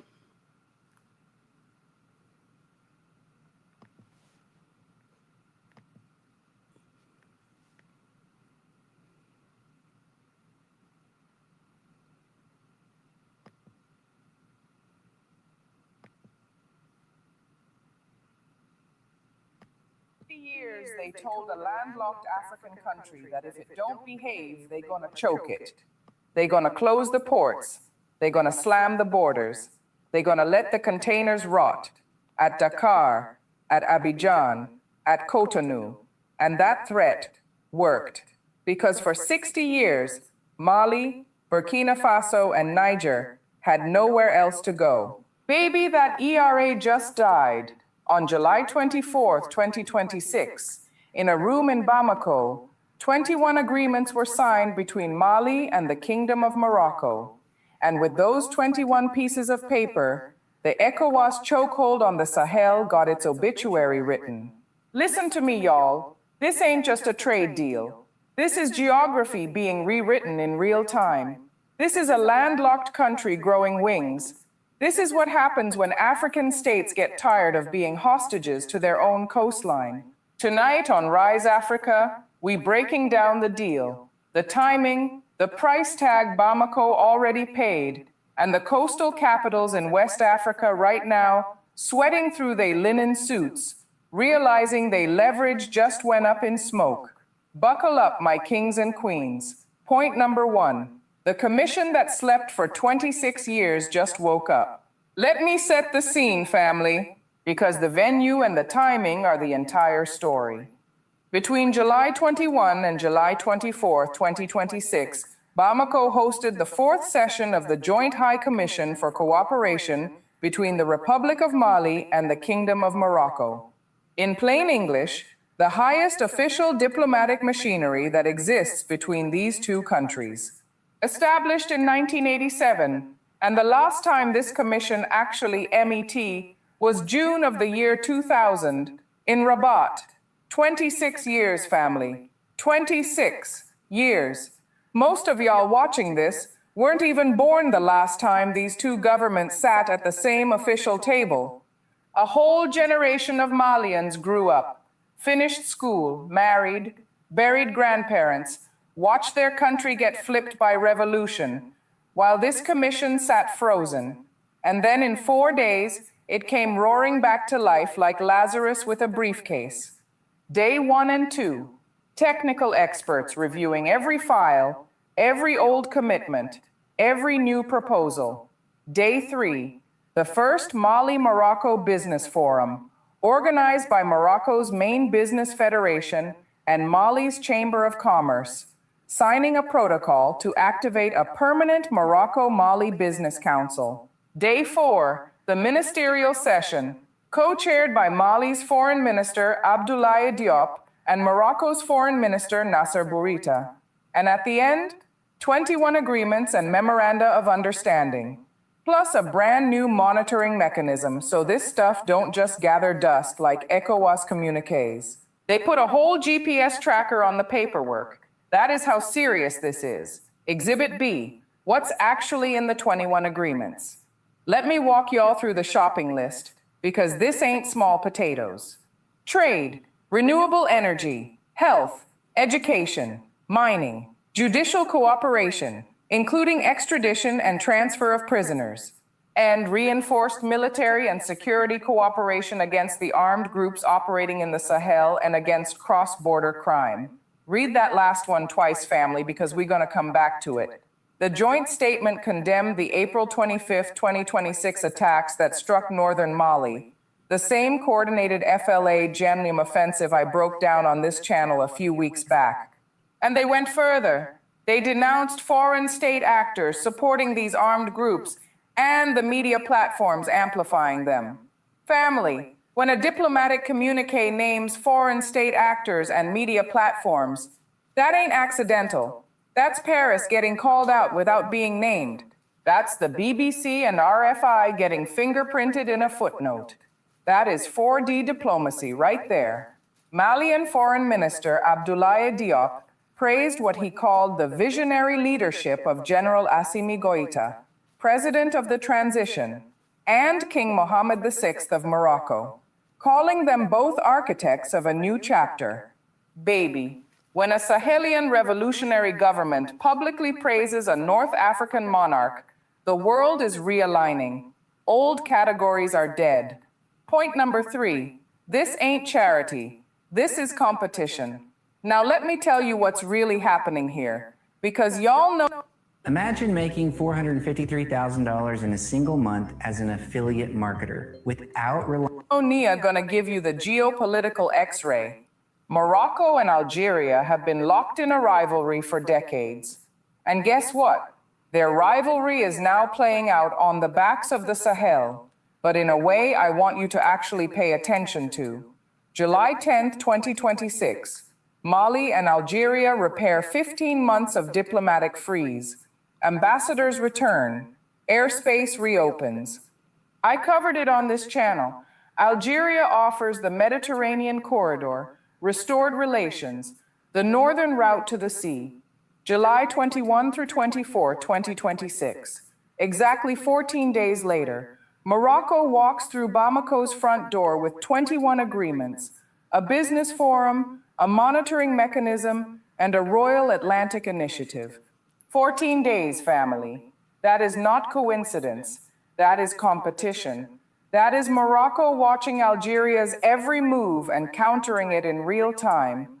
Algeria offers the north, Morocco offers the west.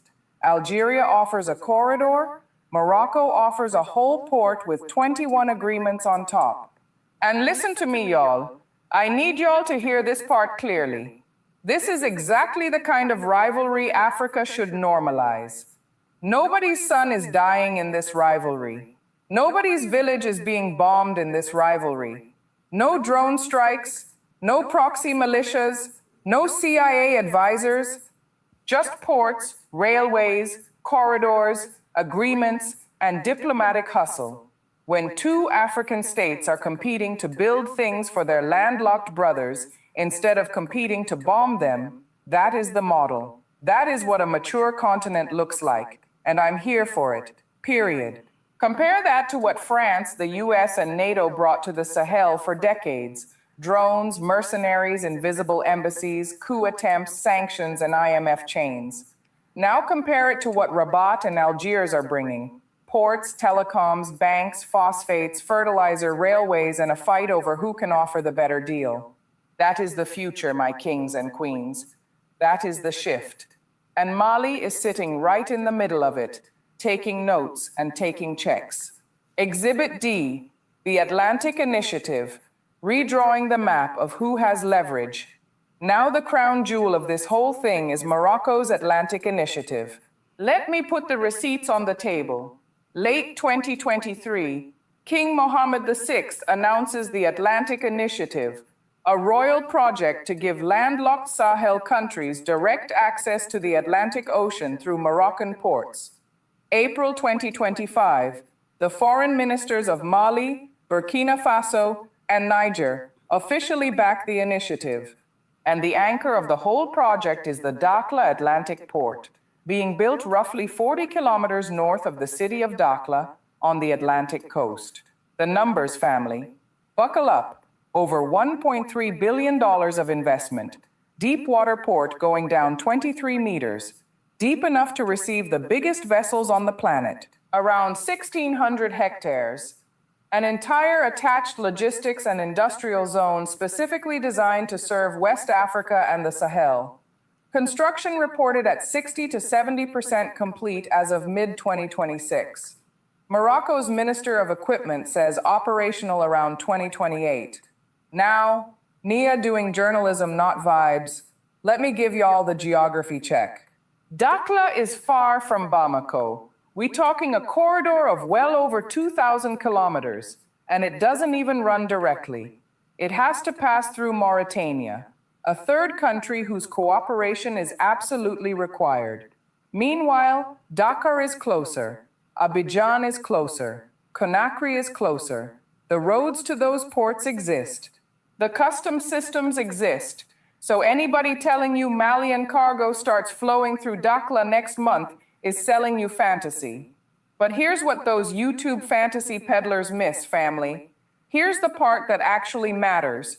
It's not about when the port opens, it's about leverage. Point number 5. Why leverage kills the blockade even before the port opens. Cast your mind back, my kings and queens. January 2022. ECOWAS slaps sanctions on Mali. Borders closed. Trade strangled. Fuel prices exploded. Medicines couldn't reach hospitals. 2023-2024. Niger's borders slammed shut after the change of government in Niamey. The Benin border became a crisis zone. Goods rotted at crossings. Prices exploded in Niamey markets. What made all of that possible? One single fact. These countries had nowhere else to go. The coastal states held the keys to the sea, and under pressure from Paris and Washington, they turned those keys into weapons. Family, they weaponized geography. They turned the ocean into a locked door and made the AES kneel at it. Here's the beautiful thing about leverage. Leverage doesn't only operate when it's used. Leverage operates as a threat, and a threat only works when the target has no alternative. The moment a credible alternative exists, even one still under construction, even one that's 2,000 kilometers away, the whole calculation flips. Because now Bamako can look at Abidjan and say, "We appreciate your port, sis, but we're also building a road to the Atlantic through Dakhla." And by the way, our relationship with Algeria to the north is back on, so please recalculate before you threaten us again. That's checkmate energy, family. The blockade era doesn't die on the day the first container lands in Dakhla. It dies on the day the alternative becomes believable. And with 21 agreements, a monitoring mechanism, a business council, and a Royal Atlantic initiative behind it, believability just went through the roof on July 24th. Period. Exhibit F. The price Mali already...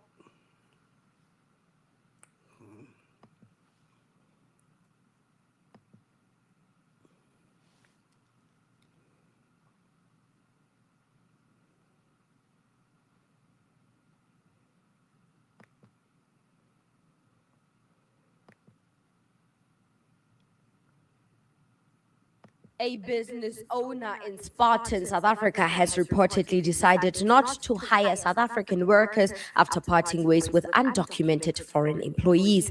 The owner has also declined requests from members of the March and March movement to reopen the business and recruit local residents.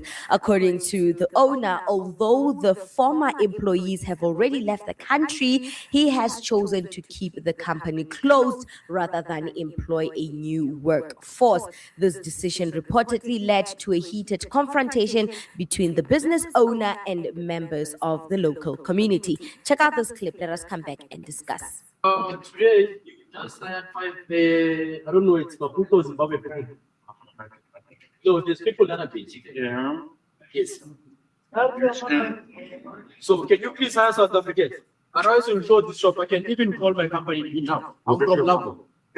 Lapo, L-A-C-O. You can Google it. Fine. Yeah. So these people here is been staying here, but then you come with foreigner people. You don't want foreigners. But I can't leave Now, and you can also leave now. I will not employ you. Why? Why should I? Why should you employ outside people? I have my own people. Outside people, foreigners. No, South Africans. But then the ones that are working here are. And don't shout at me. Don't shout at me. You started shouting at me. No, don't shout at me. I'm not your child. Don't shout at me. How? Did you know that the Caribbean have some of the most powerful natural medicine on earth? Have you ever wondered? Yep, that is the Boer man, the white man that Black South Africans are so proud to show off. Black South Africans are saying that they are a rainbow nation. They live in a country where everything is equal. They are happy with the white citizens, and they consider white people part of the South African society. They are so proud to be sharing this land with their colonizers, unlike other African countries that have chased out the colonizers and have been left destitute and living in poverty with struggling governments, but fail to apply their minds and think, well, maybe other African states are failing not because they let white people go or they decided to apply the economic justice upon themselves to really take independence literally by saying, hey, we don't want to be controlled by these white folks. We don't want to share the economy with these white folks. And when we kick them out, we want to make sure that we have 100% ownership of the economy and control of the economy, you know? So Black South Africans fail to see that other African countries took the liberty or the step to kick out whites in their countries because they wanted total control of the ownership. And having whites in their country is not a beneficial it's not a valuable, beneficial thing to have white people in your country, because as much as they are investing and they're showing off and they're flashing off these European currencies, the US dollars, and they're just investing all over, at the end of the day, the economy belongs to them and they are in total control of the economy. And they are the reason why inequality is still very strong and still very much alive in our society 32 years into democracy. They are the reason why we are pushed below the poverty line. So having white people in the country is not a flex as many South Africans have thought it is. So here's the white person really showing us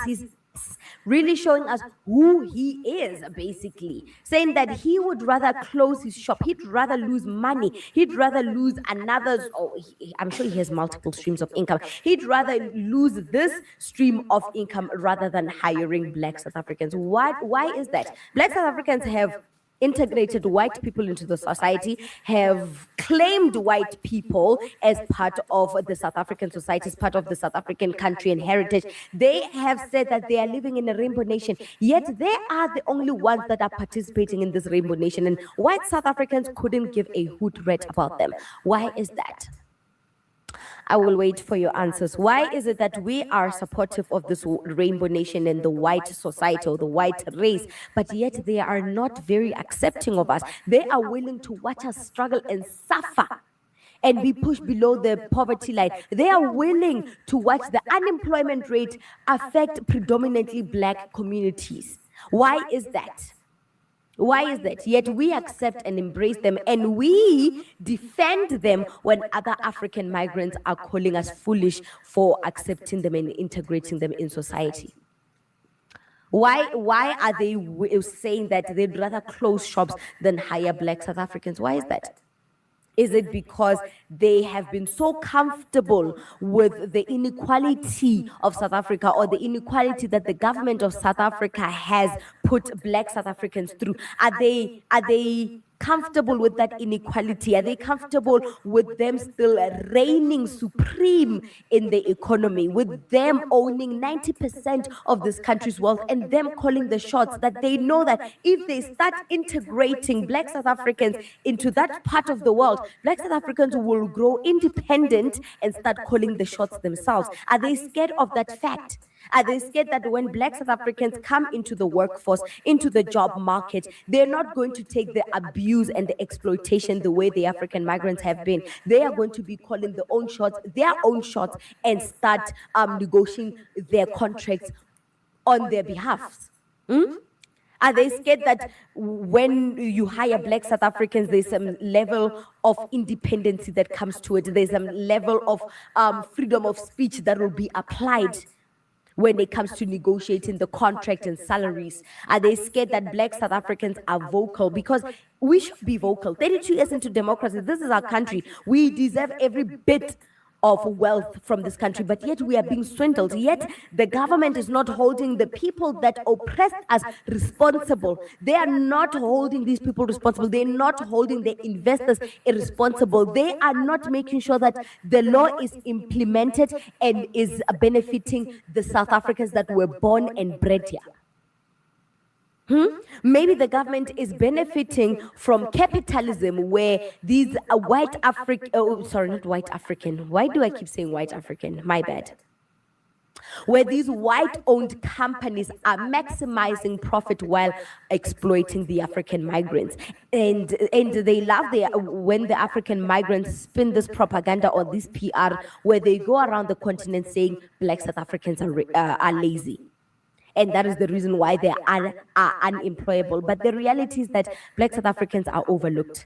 African migrants have taken over the workforce. And I know that migration is the key to economical growth. It is the key for these investors to keep investing into the country. You know, migration brings opportunity, but these African migrants are taking this to the head. They're going around saying South Africans are lazy, but in reality, South Africans just want equality. They want to be treated with respect. They don't want to be taken advantage of the way these African migrants have been under the Boers. Do you have credit card debt that's eating you alive? Well, if you own a home and have a credit score over 640, I'm about to show you how to get up to $1 million in funding at half the rate your local bank will give you. So him saying that he'd rather close shop, it just shows how white people feel about South Africans. And you South Africans go around telling these African migrants that you are the better blacks because of your proximity to whiteness. But the very same whiteness is shunning you out. It's shutting you out from benefiting from the economy that you've built with your bare hands, by the way. These infrastructure, actually the entire Rome, the entire Europe, I like to say Africa has built Rome. The entire Europe is where it is in terms of infrastructure and development because of African manpower. South Africa is where it is in terms of infrastructure because of Black South African manpower. And without that manpower, they wouldn't be where they are. So we need each other. We are not mutually exclusive in this environment. Come on, let's respect each other. So I'm very disappointed. And I hate when people make me agree with Much and Much because I'm thinking Much and Much is a vigilante group that targets African migrants. They claim to be tackling immigration, but in reality, they're just portraying their hatred for the black skin. They're portraying the hatred for the black skin, but anyone that makes me agree with that organization in terms of how the equity laws have to be implemented and how South Africans need to be benefit from the economy, anyone that makes me agree with them pisses me off already. And this white man has started on the wrong foot when it comes to me. What do you mean you don't want to hire South Africans? You'd rather close down your business. What does that say? Are you comfortable with the inequality that is happening? Are you comfortable with the unequal land and wealth distribution in this country? Are you saying that you're not even sorry for the apartheid that you've put us through, the colonization, the oppression that you've put us through? You're not sorry. You want to keep benefiting from cheap labor in our country and leave us destitute. Stop it. Stop it. So there's just a lot, and I think African, the diaspora don't understand that South Africa is at a position where 32 years into democracy, we are finding our way. We are now getting acquainted with the law, and a huge chunk of us actually is now getting acquainted with the law, and we are seeing how the law is not benefiting the ordinary Black South African, is working against the ordinary Black South African, and we are retaliating. What you are seeing in the media is a retaliation of that.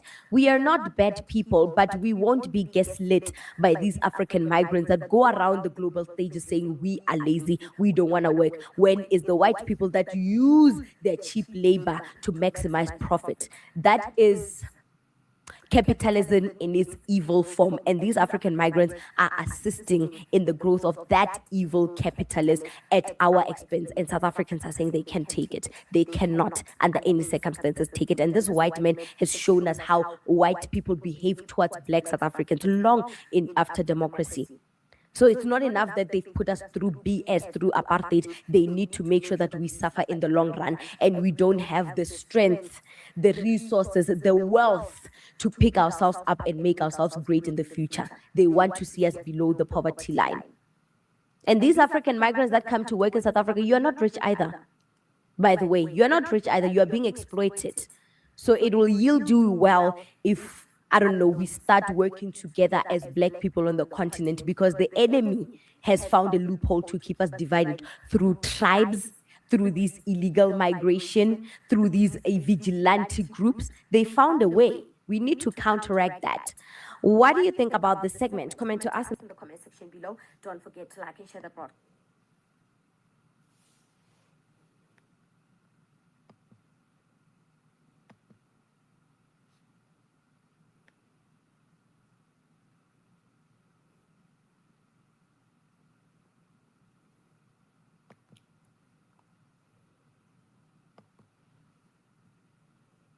Diaspora News Channel. My name is Richard Sudan. Thank you for tuning in.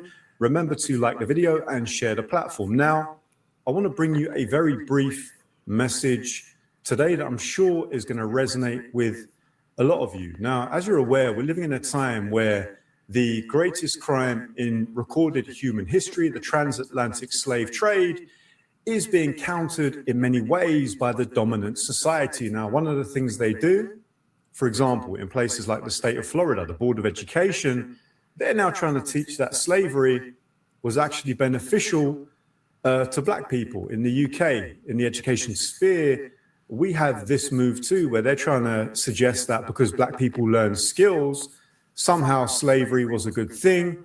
And we've also had politicians now saying not only are reparations not going to happen, that Black people and non-white people should be paying reparations to Britain. Imagine that. Imagine the historical revisionism that's happening. But there's something more fundamental as well. Now, just bear with me for a moment.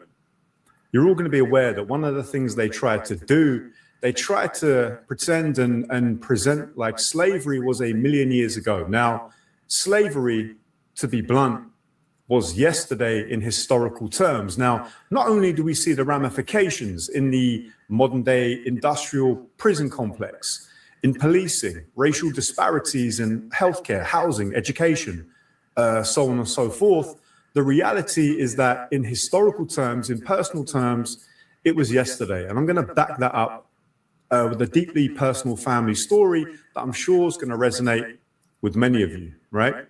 Now, slavery in my own family lineage was 3 people ago. Slavery in my family lineage was 3 people ago. My father's grandfather's grandmother was born as someone else's property. Let me say that again. My father's grandfather's grandmother was born as somebody else's property. Now, that is a few people ago, a handful of people ago in my lineage. Let me break it down. If you sit on the toilet, bear down, and barely anything comes out. You don't have constipation, you have poop paralysis. I'm going to show you a picture of my dad's grandfather, my grandmother's father, if you like, on the screen. So this is my dad's grandfather you're seeing on the screen now. You can see a picture of him we were very lucky to get very recently, actually. There's a picture of him on screen. Now, the next image you're going to see is my dad's grandfather's grandmother. So take a look at this picture here. I want to tell you a story about her. Now, the image you're seeing is of my 3 times great-grandmother, my dad's grandfather's grandmother. Now, she was born in 1832, which was a couple of years before the so-called end of the slave trade, and about 6 years before actual emancipation took place. So she was born as someone else's property, and her name was Caroline Chesney. Her name was Caroline Chesney. Now, a few years ago, I embarked on some family history to find out more. And what I found out was pretty shocking, if not surprising. So Caroline Chesney was born in 1832 in Guyana, which was, of course, at times a UK and a Dutch colony. But the name Chesney is a Scottish name. So here's my 3 times great-grandmother, and she's born as Caroline Chesney. Well, where does the name Chesney come from? James Chesney was one of the largest slave owners in the whole of Guyana. He was a serious slave trader in the Caribbean, and in Guyana, there are loads of Chesneys that are still around today. And there's actually, would you believe, a village named Chesney Village to this very day in Guyana, which one day I hope to visit. Now, the point I'm really trying to make is this, and a very fundamental one. When they try to gaslight us, when they try to talk about black fatigue, which is really just a form of white privilege, right? Because if you're sick of hearing about racism, then imagine how it feels to be living the effects of it. So when they try to gaslight you and tell you slavery wasn't so bad, slavery was a long time ago, remind them that for many of us, slavery was, in historical terms, last week. It was a handful of years ago. Now, there's another dynamic to this because of the dynamics of slavery. You know, my 3 times great grandmother, my dad's grandfather's grandmother, she was born as someone else's property, a black woman with a white Scottish surname. It's virtually impossible to trace more about the family lineage on that side. The records are very, very sparse. I've been to the National Archives in London, and the trail kind of goes cold. Now, I'm pretty sure, based on what I do know, there's a very strong likelihood that my 3 times great grandmother, Caroline Chesney, if it wasn't her parents, it was possibly her grandparents that were born in West Africa. We don't know where. We know through our DNA that we have West African DNA. But the point is that we will probably never get to know what our true African name might have been. There's descendants from that line still in Guyana that I'll probably never know. There's probably long lost family members on the African continent that I will never, ever get to meet. And so when they try to gaslight you, when they try to throw this historical revisionism in your face, it's not just a moral duty to counter this and to hit them back with the truth and to tell them, no, we're not going to stand for this. Our communities across the Caribbean, in America, those of us that descend from slaves, we have, I would say, a moral obligation to speak truth to power, but also, you know, we stand on the shoulders of greatness. We stand on the shoulders of giants. You know, a whole numerous number, a whole bunch of black people went through a whole heap of hell for us to have the life that we have now. You know, many of us are still catching hell. You know, we're seeing from Eve Sakila in Ireland, you know, to Nolan Wells in the US, black people are still being lynched. You know, black people are still being murdered.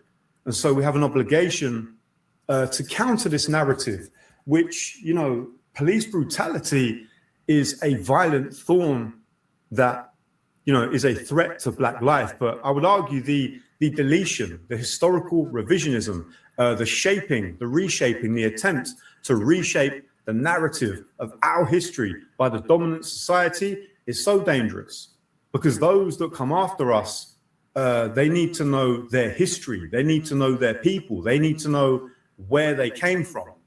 And there's a perverse attempt to delete that history. So I'll land on this.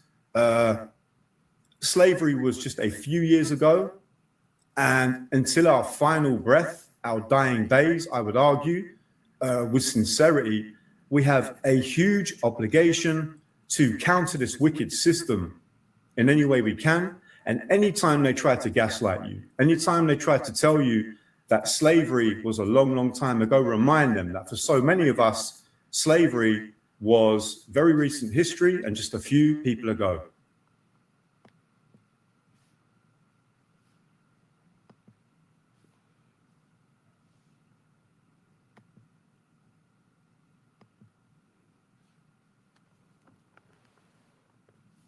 Here's my last video.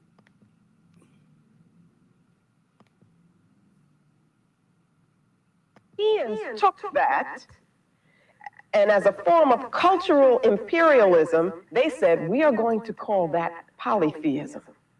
And we are going to say that we have a superior concept, monotheism.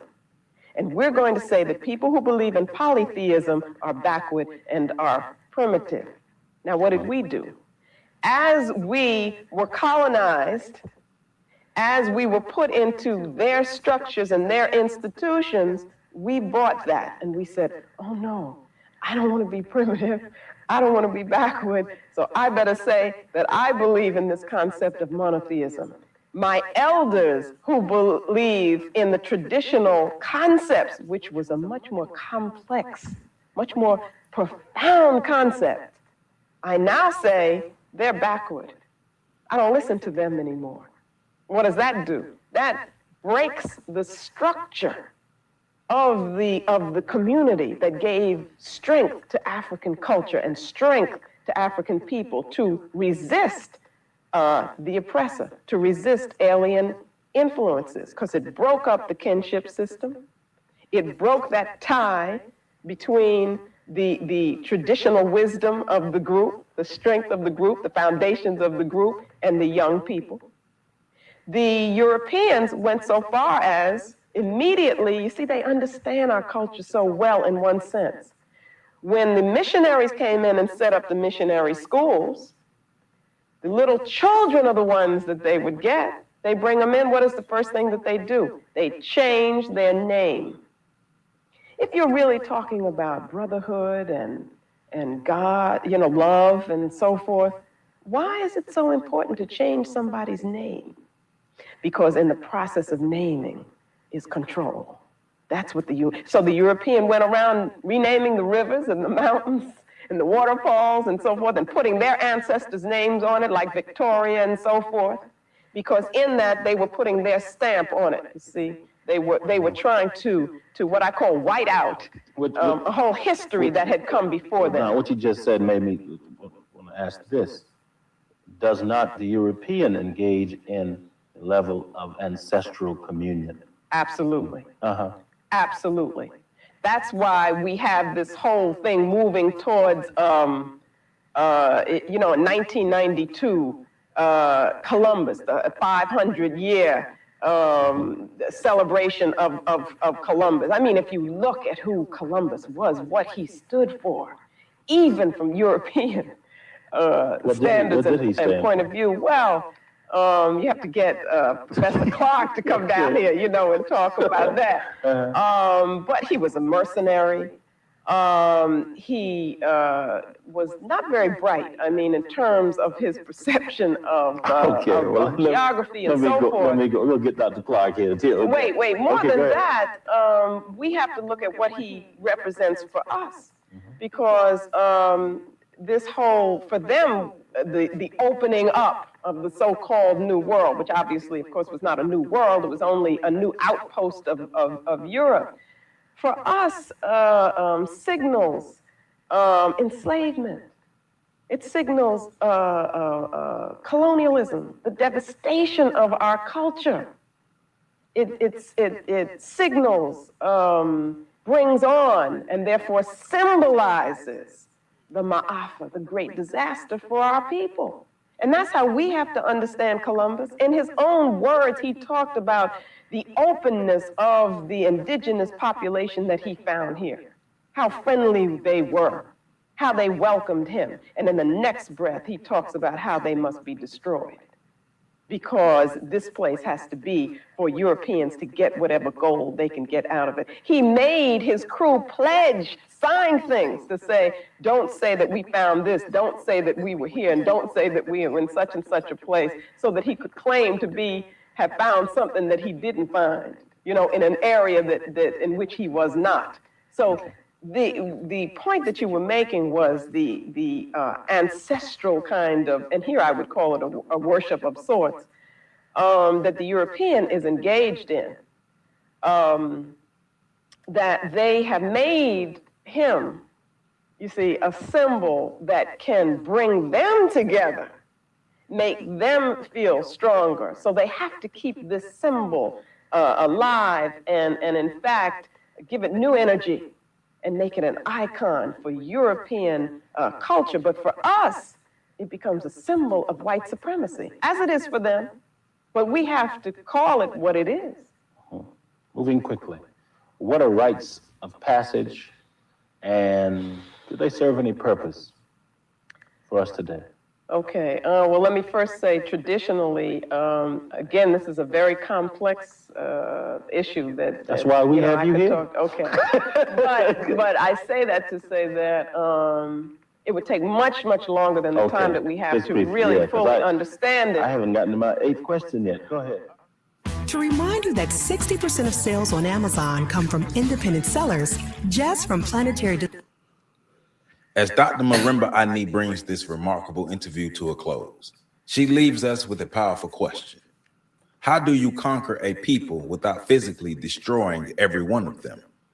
Her answer is straightforward. You don't just conquer their land. You conquer their memory. You conquer their identity. You conquer the way they see themselves.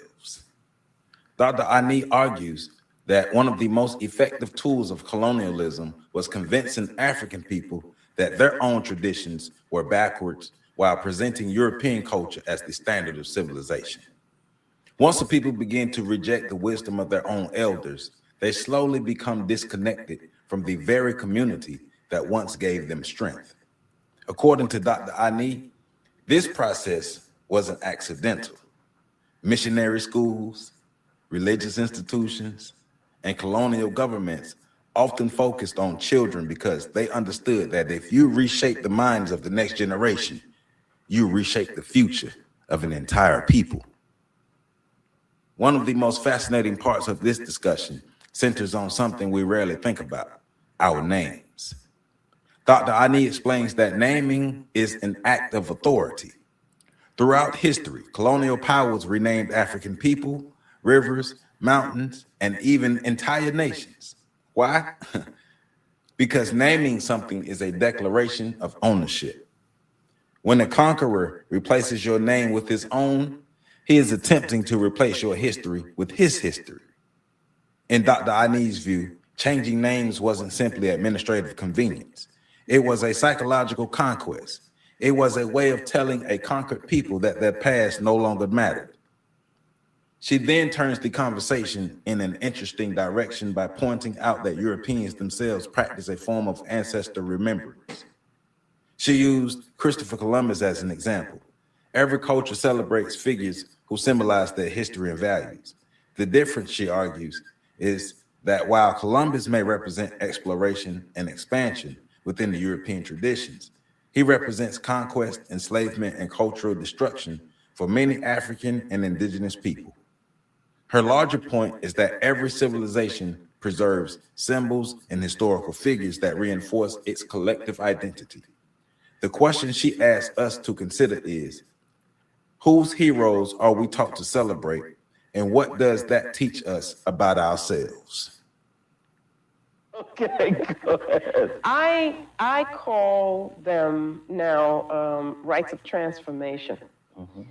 The word passage came from that. Remember, I don't know if I did already, but there are stages of development that we go through. I did mention that, Right. okay? And it doesn't end at physical death, but it keeps on going into the realm of the spirits. When you are moving from one stage to the next, you are in a somewhat precarious position. You are vulnerable. The spirit is vulnerable. African people do not leave anything to chance. That is, they take the person and help to mold them into an African cultural being, to give them the strength of their culture. So at every juncture of your life, as Africans, we're going to make sure that a person moves successfully from one stage to another. Now, that's necessary for the culture to function successfully so that we can have adults who are committed to the culture. It is also necessary on a personal level so that you can become the better person that you can be. You see, so that you can evolve into the whole person that you are. And realize that is the realization of the potential. Now, if at those junctures, so to speak, those transitional periods, there are not rituals, rites in which the community supports you, instructs you, and helps you to make it from one stage, from point A to point B, then it is felt you can become confused. You don't necessarily have to make it to that next point. Now, that's what you see in this culture a lot. You see a whole lot of people talk about this difficult period of adolescence. That's not such a difficult period in other cultures, you see, in so-called non-European cultures, and certainly not in African culture, because the community recognizes the changes that you are going through and also recognizes the importance of helping you to become an adult, a responsible adult. But in this culture, because those rituals are not in place, what you have is what we call lingering adolescence. So that most of the people walking around here who you would think were adults because of how they look and their chronological age are still adolescent in their thinking and their responses because nobody has helped them through a period of maturation in which they would have learned the morals, the values of relationships, interrelationships, and so forth, okay? But let's get back to Africa. There are various periods in your life, let's say marriage, let's say having a child, and then the child's growth. Those are also stages in your growth, where there will be rites, rituals that you will go through, usually in a group, usually collectively, supported by the community, and it is a time when the community is acknowledging you as being special because you belong to the community. And there's also the period of when a youth becomes a young adult is a special period of intense instruction, where you are learning the skills that you will have to know in order to be able to live a meaningful existence as a part of the African community. Also where you go through ordeals, which in a sense, because you are faced with danger and there are particular emotions of fear and anxiety are conjured in you, you learn to deal with those emotions, you see, and which means that later on, it's not that you're never going to feel fear again, because you're crazy if as an adult you don't feel fear sometime, but that you are going to be put in touch with a strength within that's going to help you to deal with that in a way so that the fear doesn't overcome you. So that's what the rites of transformation are. Now, if I understood you correctly briefly, you've also said that it helps the community, right, allows the community to define manhood and womanhood. Precisely. You are, as a youth, being prepared for one of the most important responsibilities that you have in the African conception, and that is marriage and the establishment of a new branch of the family. Now, marriage in the African community is not between two individuals. It is the linking of kin groups. It is necessary for the continuance of the group. So it's a responsibility that you have for everyone.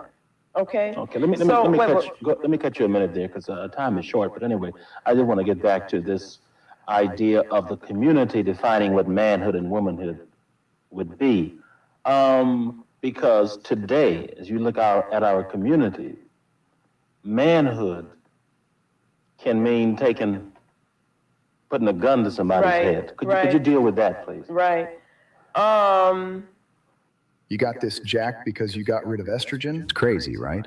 Turns out men over 50 have too much of it. Kills your workouts. Dude, I'm here every morning grinding, but you're here like only once. Part of what manhood would mean would be your spiritual development, for instance. Part of what manhood would mean would be how you relate to a woman and preparing you to relate to a woman. Part of what your manhood would mean would be having children. taking responsibility for those children. In Africa, that's something you're very proud of. I mean, you want to claim as many children as you can. Okay. Womanhood, part of what that means is being prepared to join with a man, with taking leadership among the women and the community as a whole, with knowing how the market functions and being involved in that. So there are very definite models of what it means to be a man, what it means to be a woman, again, and that there are not alternatives to those definitions which are allowed within the African context because it's too important a thing. And the continuance and maintenance and survival of the culture and the people, and remember the ancestors, you see, that we're responsible to, are dependent on your fulfilling those roles. It is nothing of individualism, do your own thing, you know, and I'm just expressing myself. But this is what a man is, and this is what a woman is. That's right. That's right. But that is also seen as being what is most helpful to you as a person, to help you to understand those roles and to develop them in a healthy way. Now let me ask you this: you have and others have expressed some concern over an article in Ebony magazine by Dr.